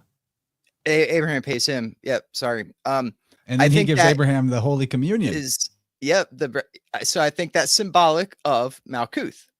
1/10. It is the last Sephiroth. Okay. In the 10 Sephiroth, Malkuth is here. It's the kingdom. Also another, it said another, I think in this book here, that a nickname for it or whatever was this Shadek justice name. So it's got lots of different names, and basically it's symbolic of here. And that's what I think the justice part is, because when you're talking about peace in a spiritual center, that's not where the party's at, guys. That's not where the party's at. The party is on the outside. The middle of the wheel doesn't do anything but sit there. Yes, it's where everything emanates from. Yes, you must pay respect to it, because if you don't, well, you have to, but the party's on the outside, I will say. And then one last thing about I'm into it. this I like it out here. This character here is, think of in most mythologies, there's always a wisdom god, and then there's always a justice. So it's like wisdom and justice seem to be the first two kind of across the board, and then you do eventually you get this the power figure, which is kind of the same as the wisdom, because we spoke on this last time, but wisdom is a more of a cunning. It's more of a doing. It's not like an old man sage thing. A wisdom is like knowing what to do or whatever, right? And doing it right and doing it cunningly and all this. So I think what this might be pointing to, the peace you could interpret as also being the divine order. So everything here, there's an order to it that everything must follow. Like, yes, what we could do as humans is work with, with nature and, experiment, science, all that stuff. But there's laws to this place. That's the divine justice. Then you a step down, you have the human justice, right? Now, justice is, I think there's a few words that we kind of lost track of the meaning of in the Bible, and I think it's important to speak about. One of them is justice. Another one that goes right along with justice is righteousness. And then, so I kind of think that justice turned into righteousness, righteousness turned into piety. So the part of human justice that I'm speaking about, and when I say justice, I want to say that is like orderly. So here's the interesting thing I thought of. Basically, justice is order, and order is peace. So see how, like, to have one or the other, they're kind of related. I think that's in the Bible. The word daiki, from daiki asuni, right? Justice gets translated to righteous. Be righteous. And then that gets translated into be good to God. Be good to that one God, which loses its meaning. Like, what does that even mean? So I think it's really important. Just want to bring that up. Yeah, man. I always love how justice, its old name, Daikyosune, it resonates so closely with discernment. It maps out on my Enneagram also, between the thinking and the doing, between the 7 and the 8. But Daikyosune and discernment, but even think of right choice, righteous, right choice. To make the right choice requires discernment. And so I think Daikyosune is the sword of swords, and it's going at a premium nowadays. And it is not an industry. It's the Tiferet of your soul, your discernment. I don't know if Guenon would be into this syncretism, but I'll throw out there, philologically, Daike is the same with the T and D switch as TK, which is the goddess of fortune or chance, one of my favorites. So she's the dispenser of good and ill fortune, allegedly. And I would say that like justice itself as a concept has to do with dispensing good for good and bad for bad. That there could be a relationship between these separate goddesses. I think that they all kind of roll into one personally. Right. Yeah, I think so too. Regarding righteousness, real quick, I was really interested to learn and read a bit about how the plumb line is used in the Bible, and it's used as a tool of righteousness, right? So if you're going to be building a building, how do you make sure that the wall is perfectly straight up and down, right? It's with a plumb line, And so this is a Freemasonic tool. And Real quick, this is TK with a cornucopia, and she's blind like Justice, and she's wearing the fortress crown like Hera or Rhea, or the wife of Kronos. So it's like, which goddess is it really? She's swimming in Facinos. Okay, continue about the plumb line, Mario, because this is such an important point. And so the plumb line is a symbol of righteousness. It was God's plumb line that apparently was used to measure Israel's righteousness. And in the Bible, it says that Israel is crooked. And so, and it's all based on the plumb line. And in Freemasonry, the plumb line is a symbol of the world axis. It's openly known that it's a symbol of the world axis. And so you can actually see tracing boards and things like that, where the plumb line literally comes from the top of the compass, essentially, right? And the compass symbolically represents heaven, the square represents earth, the plumb line is how you measure righteousness. So there's a lot symbolically you can do that. So there's a lot of symbolism with the world axis as it relates to justice as well. All you have to do is look at the justice card as well. And justice sits between two pillars. That means that justice is the central pillar. Justice is the middle path. Justice is the middle way. Justice holds scales in one hand and a sword in the other hand. Slick, you mentioned the Sword of Swords. In my opinion, the Sword of Swords is the world axis. It's a classic world axis symbol. In fact, the sword is really synonymous with the scales, right? So the sword is balanced. It needs to be balanced, right, in its own right. So both symbols actually are held right in front of pillars. One sword in front of one pillar, the scales in front of the other pillar, because they're both symbols of the pillar. They actually relate to the column. The column in this context would be the central column in the house of God, which would be the world axis itself, right? What separates and connects all that is above and below. The scales in particular... The column is heaven in Latin. Nice. Yeah. So the scales in particular, it's very interesting that the scales, the pans themselves, can't measure against each other without what? That central point of pivot, right? There has to be a central stand. Libra, the scales, is the central sign. It acts as a column unto itself, basically, right?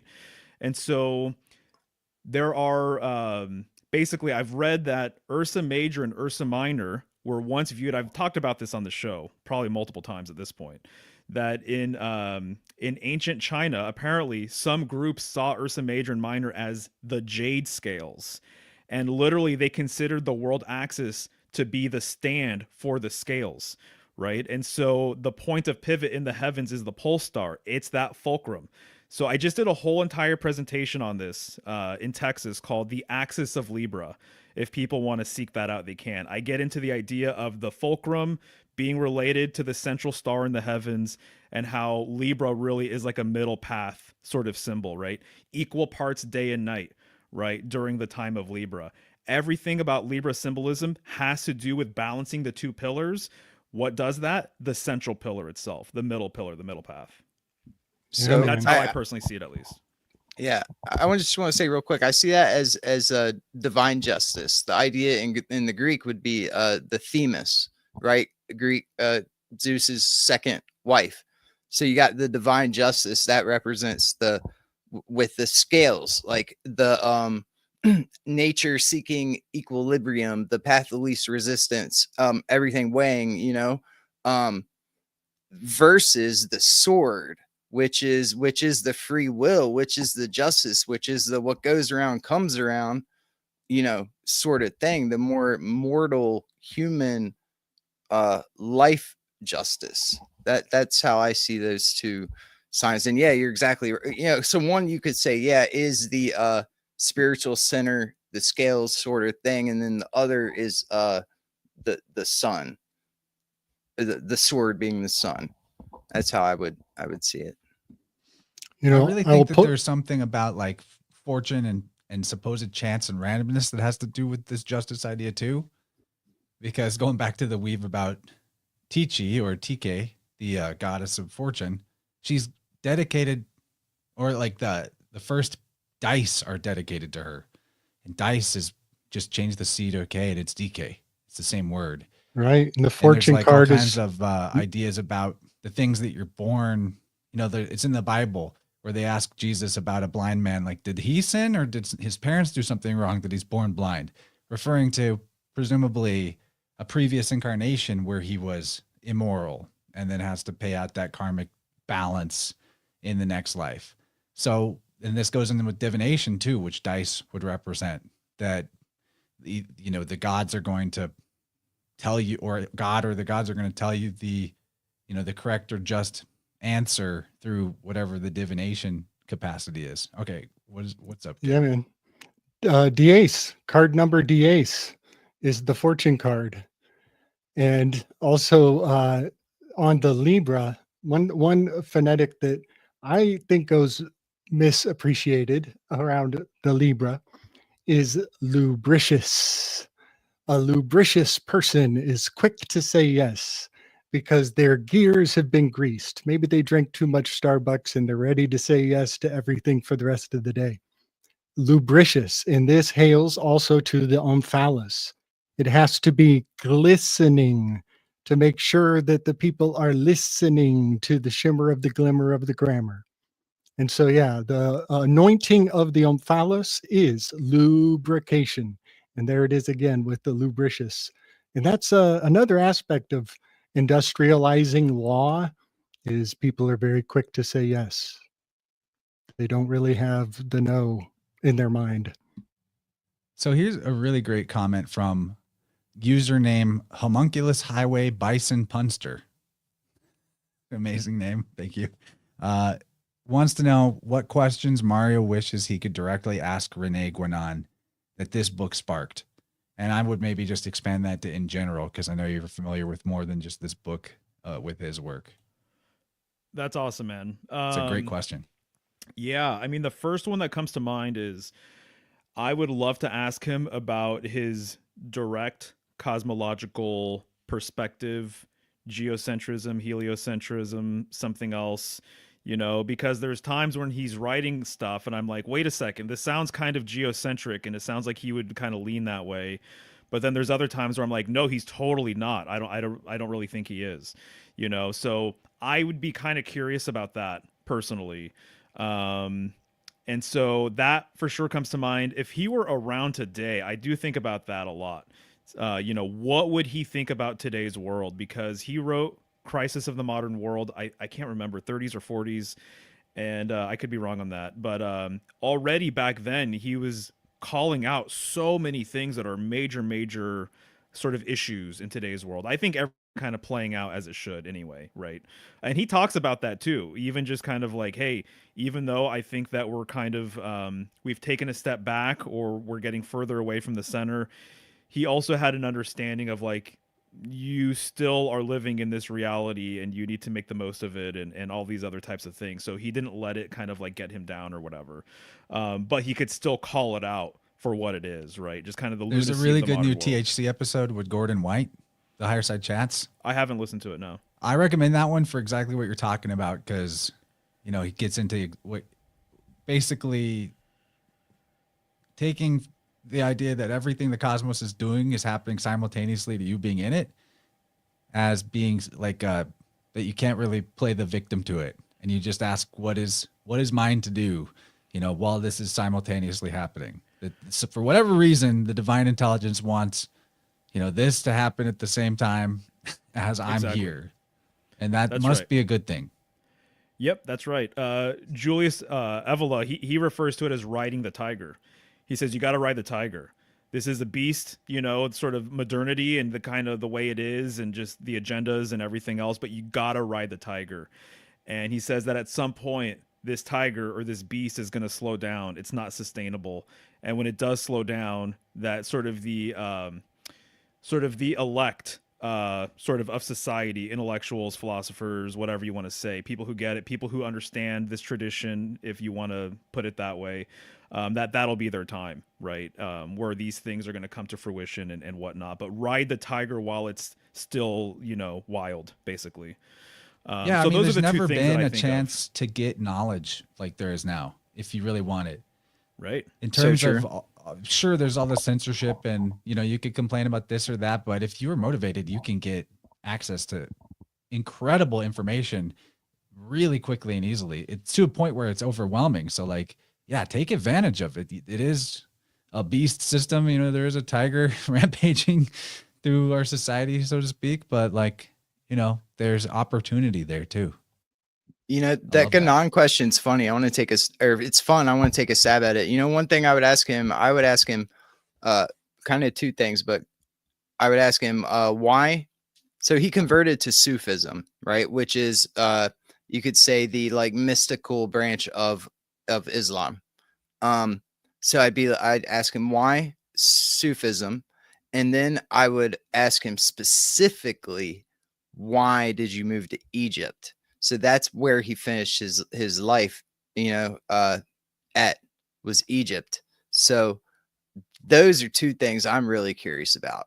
I've heard people say like, oh, there's only 3 ways to get there. Of course, it's all opinion, but then, some people will mention like Sufism is a good path to, for this spiritual journey. Again, all opinion, but I see that mentioned a lot. It comes up a lot. And then just very curious, I'd be like, dude, are you like going in the Egyptian? Are you going in the pyramids? Are you doing what Gabe was just talking about, getting down with the angles, going to the other worlds? Like, what's going on? It's one thing I would ask. Right. I wouldn't dare, kind of rely on this answer as what he would say or speak for him or what have you. But he has said, and other authors have said, that Sufism specifically and Islam is very polar, and that it has the most overt polar symbolism that you can actually really find. And there's another author, Henry Corbin. Well, what's been more suppressed in the West than Islam? I mean, that's like, you're supposed to think that they're the most evil religion on the planet or something. Moonstar. It means monster. And so I thought that was really interesting. And I've read accounts of like Sufi mystics gaining enlightenment or having huge downloads when meditating on the world axis, meditating on the spiritual pole. And they still have their spiritual pole intact with the Kaaba cube. That's what the Kaaba cube represents, right?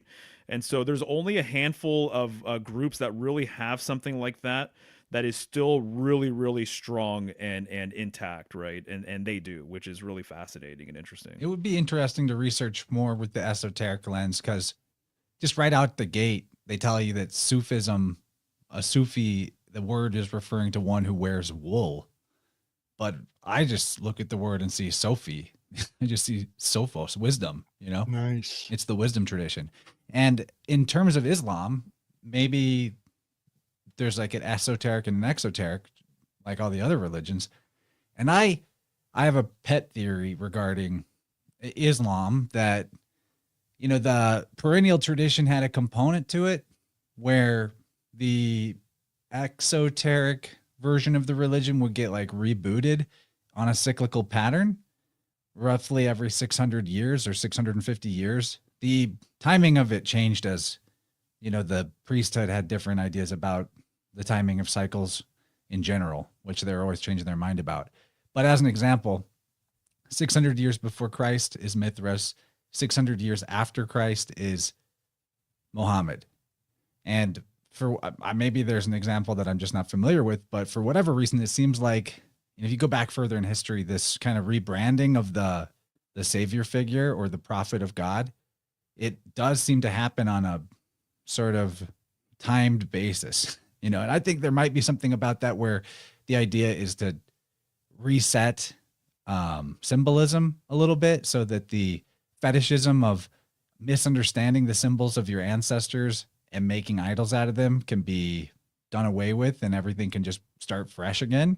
That's what I think maybe Islam was for, because when you look at the tenets, it's like, well, this is just, a purification of, I even think the same thing about Judaism. I think it was like the Protestant Reformation of Hinduism or Brahmanism, that they just pieced out of India and wanted to simplify that system because it had gotten so out of control with so many deities and practices and all that. So anyway, I wonder if there's something similar going on with Islam and Sufism, and that Sufism is like the esoteric Islam that's being kept alive.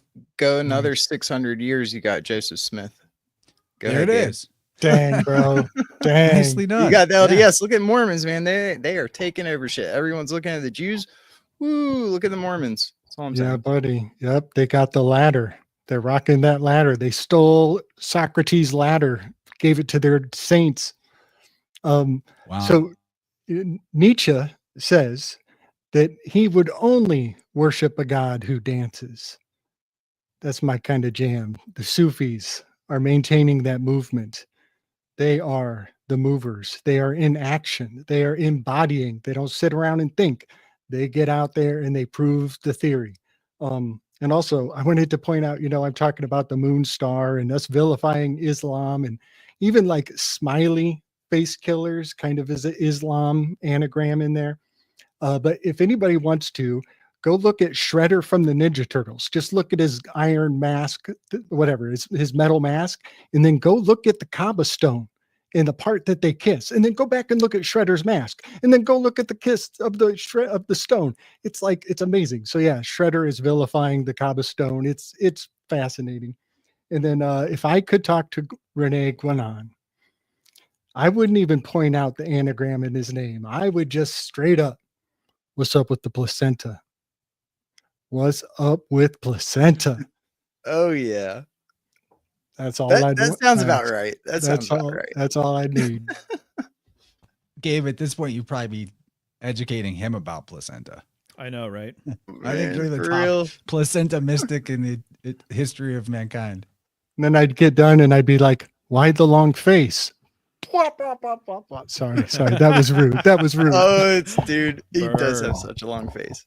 Yeah. I do like though the chapter on the location of spiritual centers, because then he starts to equate the idea of like the central mountain or the pole with the ark of Noah's Ark.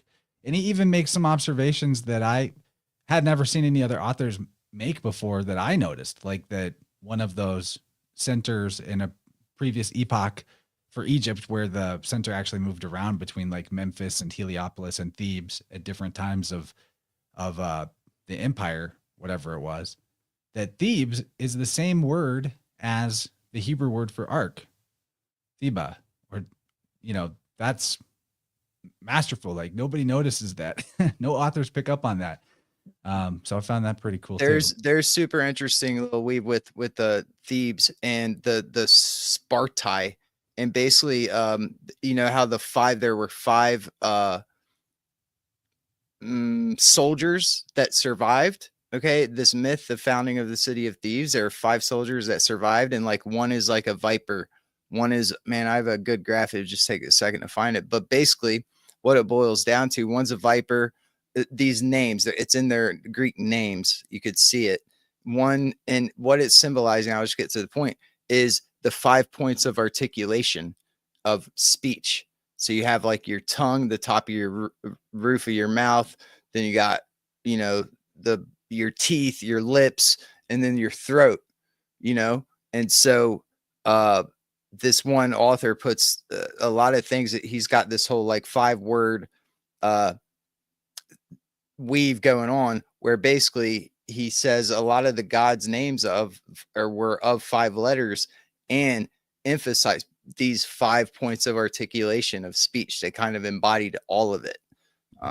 So I thought that was pretty cool. You got to link me to that. You got to link that to, Yeah. I am dying for it. That makes me think of the mutes, when you discovered the mutes and they corresponded in order to the prime numbers of the Greek letters.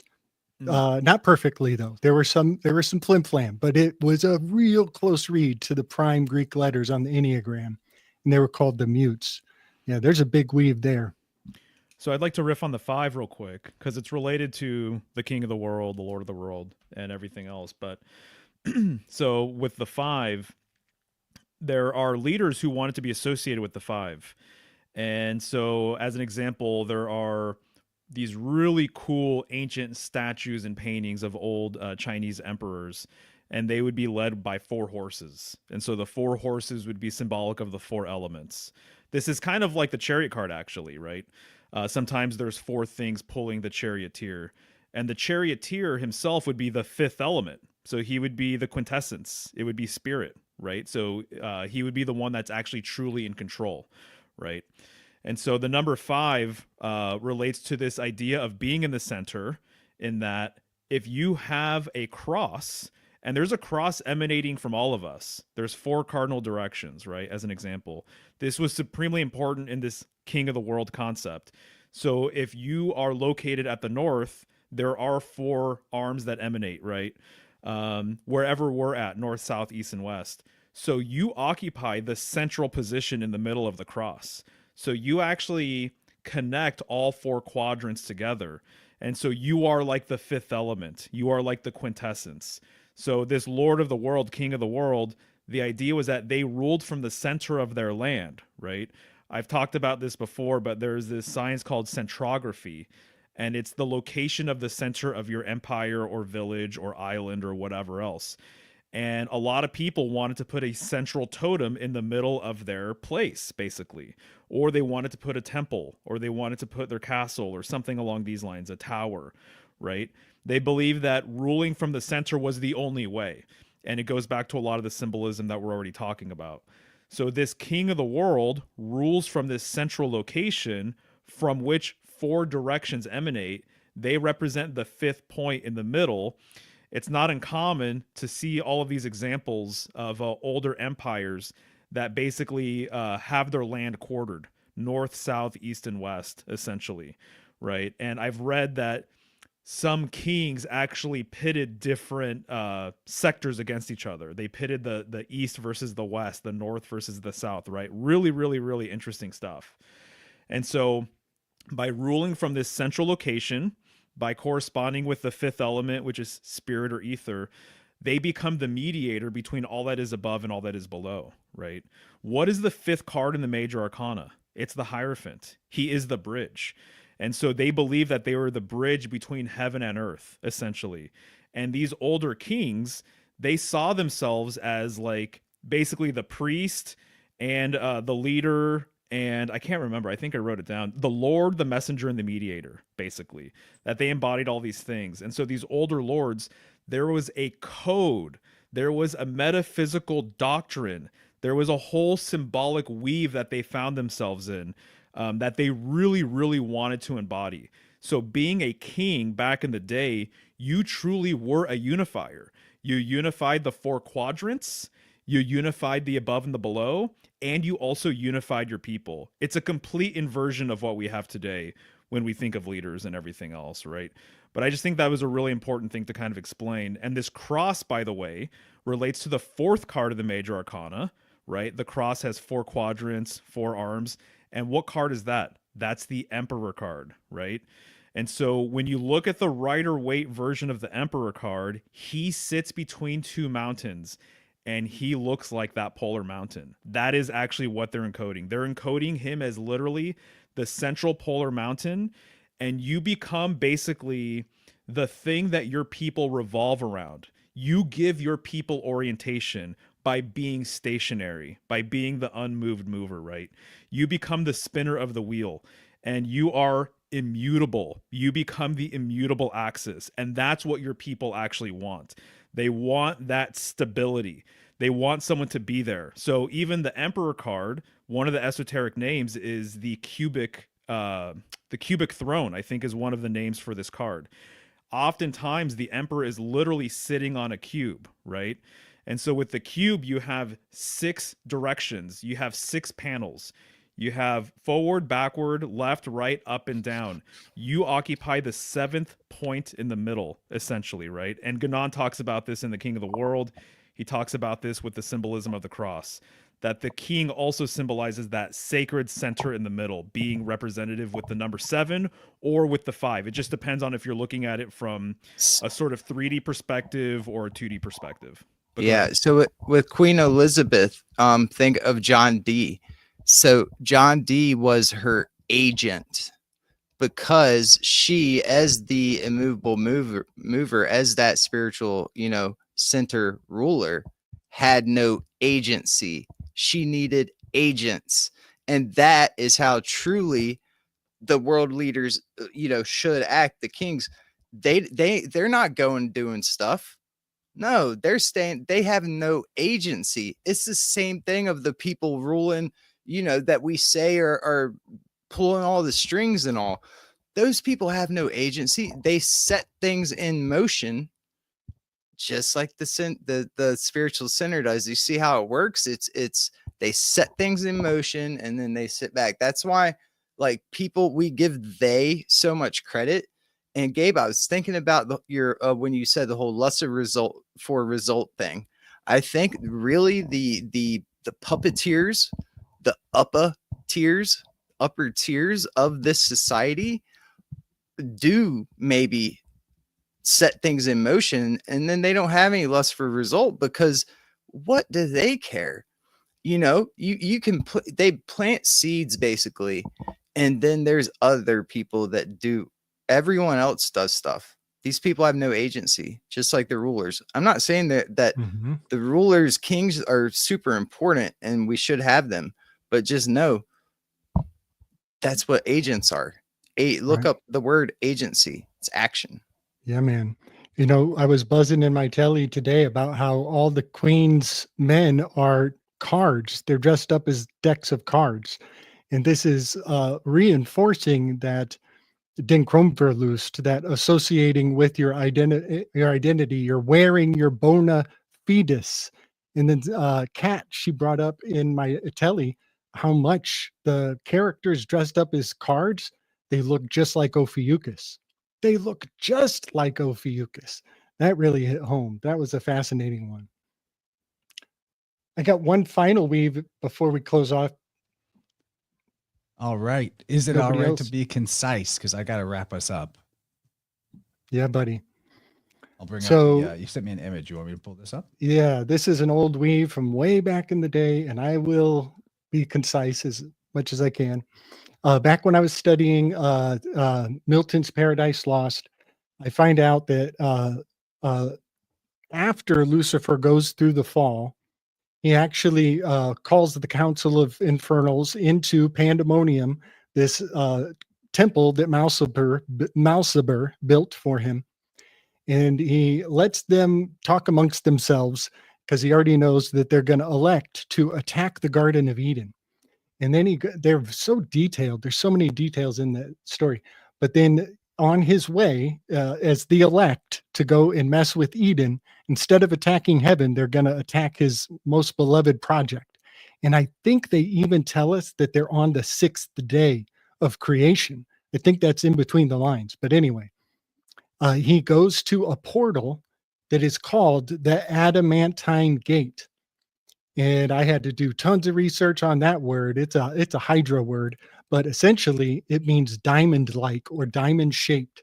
And sure enough, I'm quite convinced that the asterism that is called the Great Diamond is the Adamantine Gate, because I'm tracking the story through the Zodiac as they're telling it. And so I'm quite convinced that this is the gate he came into. And I love that because Chance, you and Dylan have already pretty much established that Adam is much like Boötes, Eve is like Virgo, the Corona Borealis, I think, is the wreath that Adam was making for her, but it also doubles as the apple, the bitten apple. But what's really fascinating is at the Adamantine Gate, this asterism that is between Leo and Virgo, basically, and a couple other stars. It's a diamond shape. It's not a square. It's kind of got a kilter diamond shape to it. Well, sure enough, through McHugh's work, we have reason to believe that the Garden of Eden is also the Pegasus Square, the tablet of tablet where all written things. Oh, who's there? It's Adamas. That's the word where adamant comes from. Yes. Adamas. Yes. And so what is really fascinating is that those two constellations are a bit of a yin yang to one another. I haven't gotten out the compass and measured the exact degrees from one to the next. They are both very large. So I have almost a month's worth of wiggle room.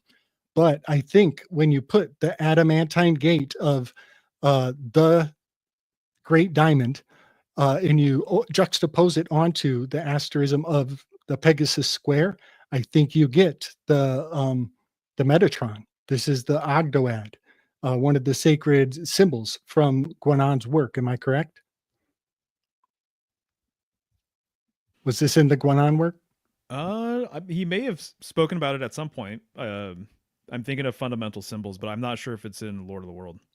Okay. Catriona says the adamantine diamond shape, or in archaeology, the lozenge, is Whoa. the yoni symbol. That's interesting because luz is the almond shape. In Hebrew, the word luz means that. And it That does is refer to like an underworld or concealment. So we're kind of, there is something to maybe this weave of the diamond shape having something to do with the entrance to the underworld. This is really interesting. Or the mandorla shape, Yeah, almond it- shape. He Vesica. does talk about the seal of the king of the world. And if we want to say the seal of the king of the world is the seal of Melchizedek, then yeah. But he doesn't specifically say the seal of Melchizedek, because that's what that looks like to me, the seal of Melchizedek. Yeah. Okay. Well, one thing that's really fascinating is knowing these stars so intimately. I can firmly say that That's a Mormon symbol, right? The Mormons are really into that 8-pointed star. They're super into it. Yeah. yeah, it's on their churches like crazy. So yeah, I could say firmly that the Great Diamond is correspondent to Hephaestus, Vulcan, because we're coming out of August, and that's when the Vulcanelia festival is. And I also happen to know that Prometheus makes a really sound fit for Andromeda, and Prometheus stole the fire from Hephaestus. And this goes on and on and on with the fact that even today, psychologically, this has rubber meeting the road, because we are experiencing the end of the combustion engine. That's Vulcan, the old ways, the charioteer maker, versus the electric. Now they want to convert us to electric. And this goes back to what I was saying before about, oh, you guys were worshiping the Christian cross. Well, Helen comes along and she's like, nope, you had it all wrong. And you're evil if you continue to do it wrong. We got this new car and everybody's got to get it. And we're going to fine everybody who stays to the old ways. This is how you reset history. This is how you colonize the new age. So yeah, the battle between the cars and the electrics, it's a 1-to-1 from Vulcan to Prometheus. Interesting, man.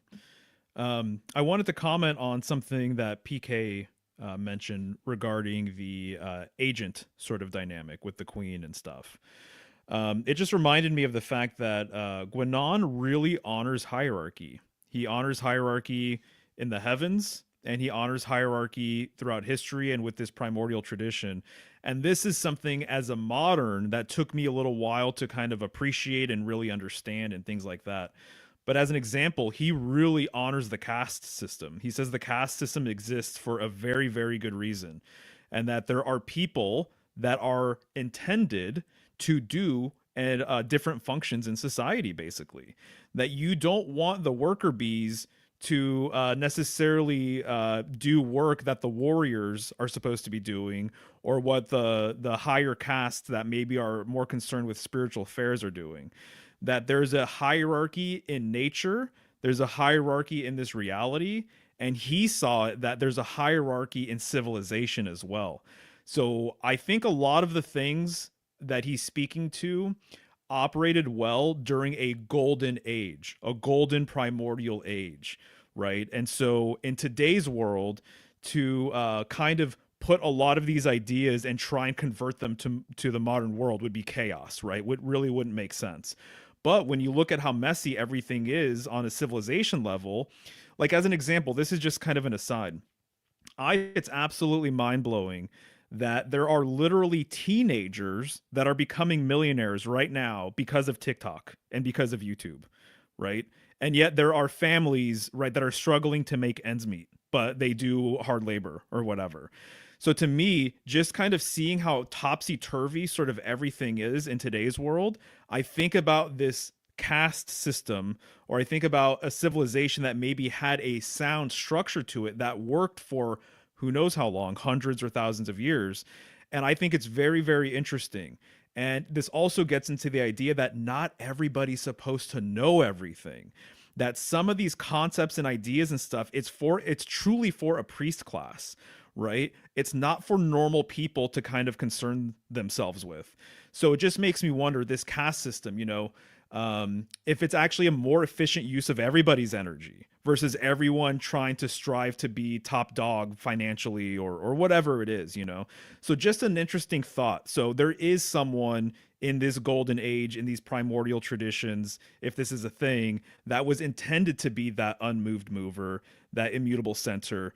and that they embodied that in a way that I think other people wouldn't necessarily be able to. And they were grateful that somebody kind of would take that reign or would take that role and be that for the people, right? And there would be other people around them that would be the movers and shakers, basically. Man, what a This great gets into weave. like the theory and praxis thing again, which is, can philosophy or reason be applied to society and how people live their life, or are these two things at odds with each other perpetually? Right.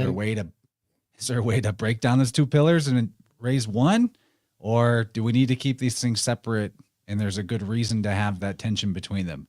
Yeah. And there's really no good place to end this conversation. But saying that, I want to bring that topic up for a full episode sometime in the future. I know Slick will be all over it.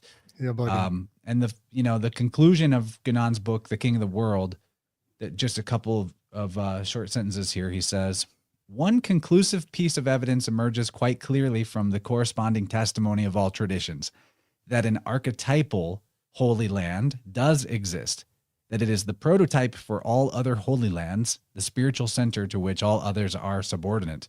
The Holy Land is also the land of the saints, the land of the blessed, land of the living, and land of immortality. All these titles have equal validity, including that of the pure land, which Plato aptly bestows upon the abode of the blessed. This abiding usually takes place in an invisible world. But if one wants to understand this, one must remember that it is the same with spiritual hierarchies spoken of by all traditions and which represent, in fact, degrees of initiation. In this contemporary period of our terrestrial cycle, that is to say, the Kali Yuga, this holy land, which is defended by guardians who keep it hidden from profane view, while ensuring, nevertheless, a certain exterior communication, is to all intents and purposes inaccessible and invisible to all, except those possessing the necessary qualifications for entry. Should its setting in a definite location now imply that this is literally so, or is it only a symbol, or is it both at the same time? The simple answer is that both geographical and historical facts possess a symbolic validity that in no way detracts from their being facts, but that actually, beyond this obvious reality, gives them a higher significance. So basically, he poses that question, but he does not tell you the answer. This whole book, and he does not tell you if he thinks there's really an abode of the blessed that's a physical location. Is that what's being guarded at the North Pole? Is there something actually concealed there? What the Antarctic Treaty comes into play after Guénon writes this book. These are big questions. Well, I'd like to just add real quick. Basically, he says that the principle, the center of all things, is purely intellectual. It is non-physical. And so, but there's a science behind it, and there's a way to talk about it and everything else. And I just finished reading Introduction to the Study of the Hindu Doctrines, and he gets into that quite a bit. But it's he calls it metaphysic. It's purely metaphysic. And so the sacred, supreme, unifying aspect of all that is intellectual. It's non-physical. And so that really makes it difficult to talk about, if you're just starting to learn it. But that's his perspective. So I want to put a pin in what Mario was talking about, millionaire kids these days, and the maintaining of some strata of organizing functions. And it relates to my most recent video on my channel. And I've been recommending, and I'll mention it here now, Aristophanes' The Clouds. And this whole thing about millionaire kids on TikTok and too much, too fast, and this adjustment period in between the resets. It's all in Aristophanes' The Clouds, which is a comedy. And you'll get more if you come to my channel, because it really weighs on what Mario was saying. Basically, the frenzies, the manias, the wotan is confusing envy and jealousy, flipping them around. And the tragedy of our elders is turning into comedy of the next generation. And that is how you make society go absolutely bonkers. So yeah, a pretty potent spell there. Go to Slick Dissident on YouTube for more of this tragic comedy. And I'd love to get more closing thoughts from everybody, but I really got to wrap it up. There's a baby that needs my assistance, and it's been a really good time hanging with you guys. Could definitely go for another hour and feel like there was more to say, but if people want more of my channel and you're getting this through Mario's InnerVerse podcast on YouTube, on whatever podcast app you listen to shows through, you can get the RSS feed, Spotify, iTunes, etc., or just check out my website, innerversepodcast.com. And I'd really encourage you while you're there to go to the sound healing page, and you can learn more about biofield tuning, which is quite an awesome modality for restoring personal vitality and balancing physical, mental, emotional, spiritual energies. The sessions are always phenomenal, and I could go on about it, but if you want to learn more about what that is, how that works, maybe even to just experiment with it for yourself rather than hire me as a practitioner, tons of information and resources on my website about that. And Mario, you can find a Symbolic Studies, of course. I think everybody that follows my channel is quite familiar with him, but is there anything you want to plug before we go, man? No, actually, yeah, one thing. I put together a PDF on polar symbolism, and I recommend 27 books. If people are interested in the polar dynamic, wow, that's been my thing for several years now. There's several Guenon books on there. There's other books. Just go to symbolicstudies.com, and if you look at the top banner or bar, you can just click that, and it'll give you that PDF. You can print it and things like that. If people end up reading some of these books, let me know what you think. Yeah, I'm definitely going to get that list going, because visiting this topic has made the poll question somehow more interesting than it already was. So really appreciate this convo. And PK, thanks for being here, man. Is there anything you want to toss out there? That was great. Thank you, Chance. No, I was just going to leave with a little word that is from the Abjue, also called the Chippewa, their tribe in Canada. There's this word called Pupawi,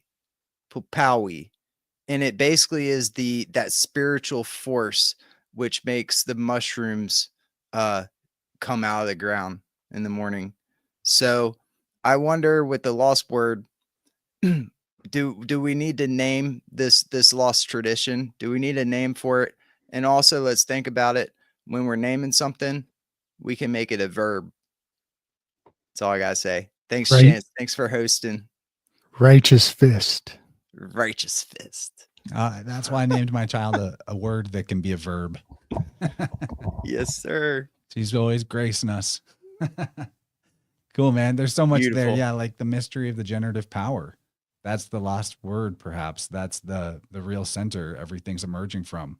Why is there something instead of nothing? And we don't have a word for that. We don't have a word for what makes the mushrooms come up. If Marty was here, he would have had a whole big weave about the lost word in conjunction with this topic. Yeah, so totally. This ain't the last we'll talk about it, I'm sure. And hopefully we can get Marty on once he's available. He just couldn't make it tonight, last minute. But good night, everybody. Make sure you're following Mario Symbolic Studies, Slick Dissident on YouTube, and stick around on the InnerVerse channel for more of this great whiteboard brotherhood. Merry Christmas to all, and to all a happy Pluto and Aquarius. Where is it, Sag and Capricorn?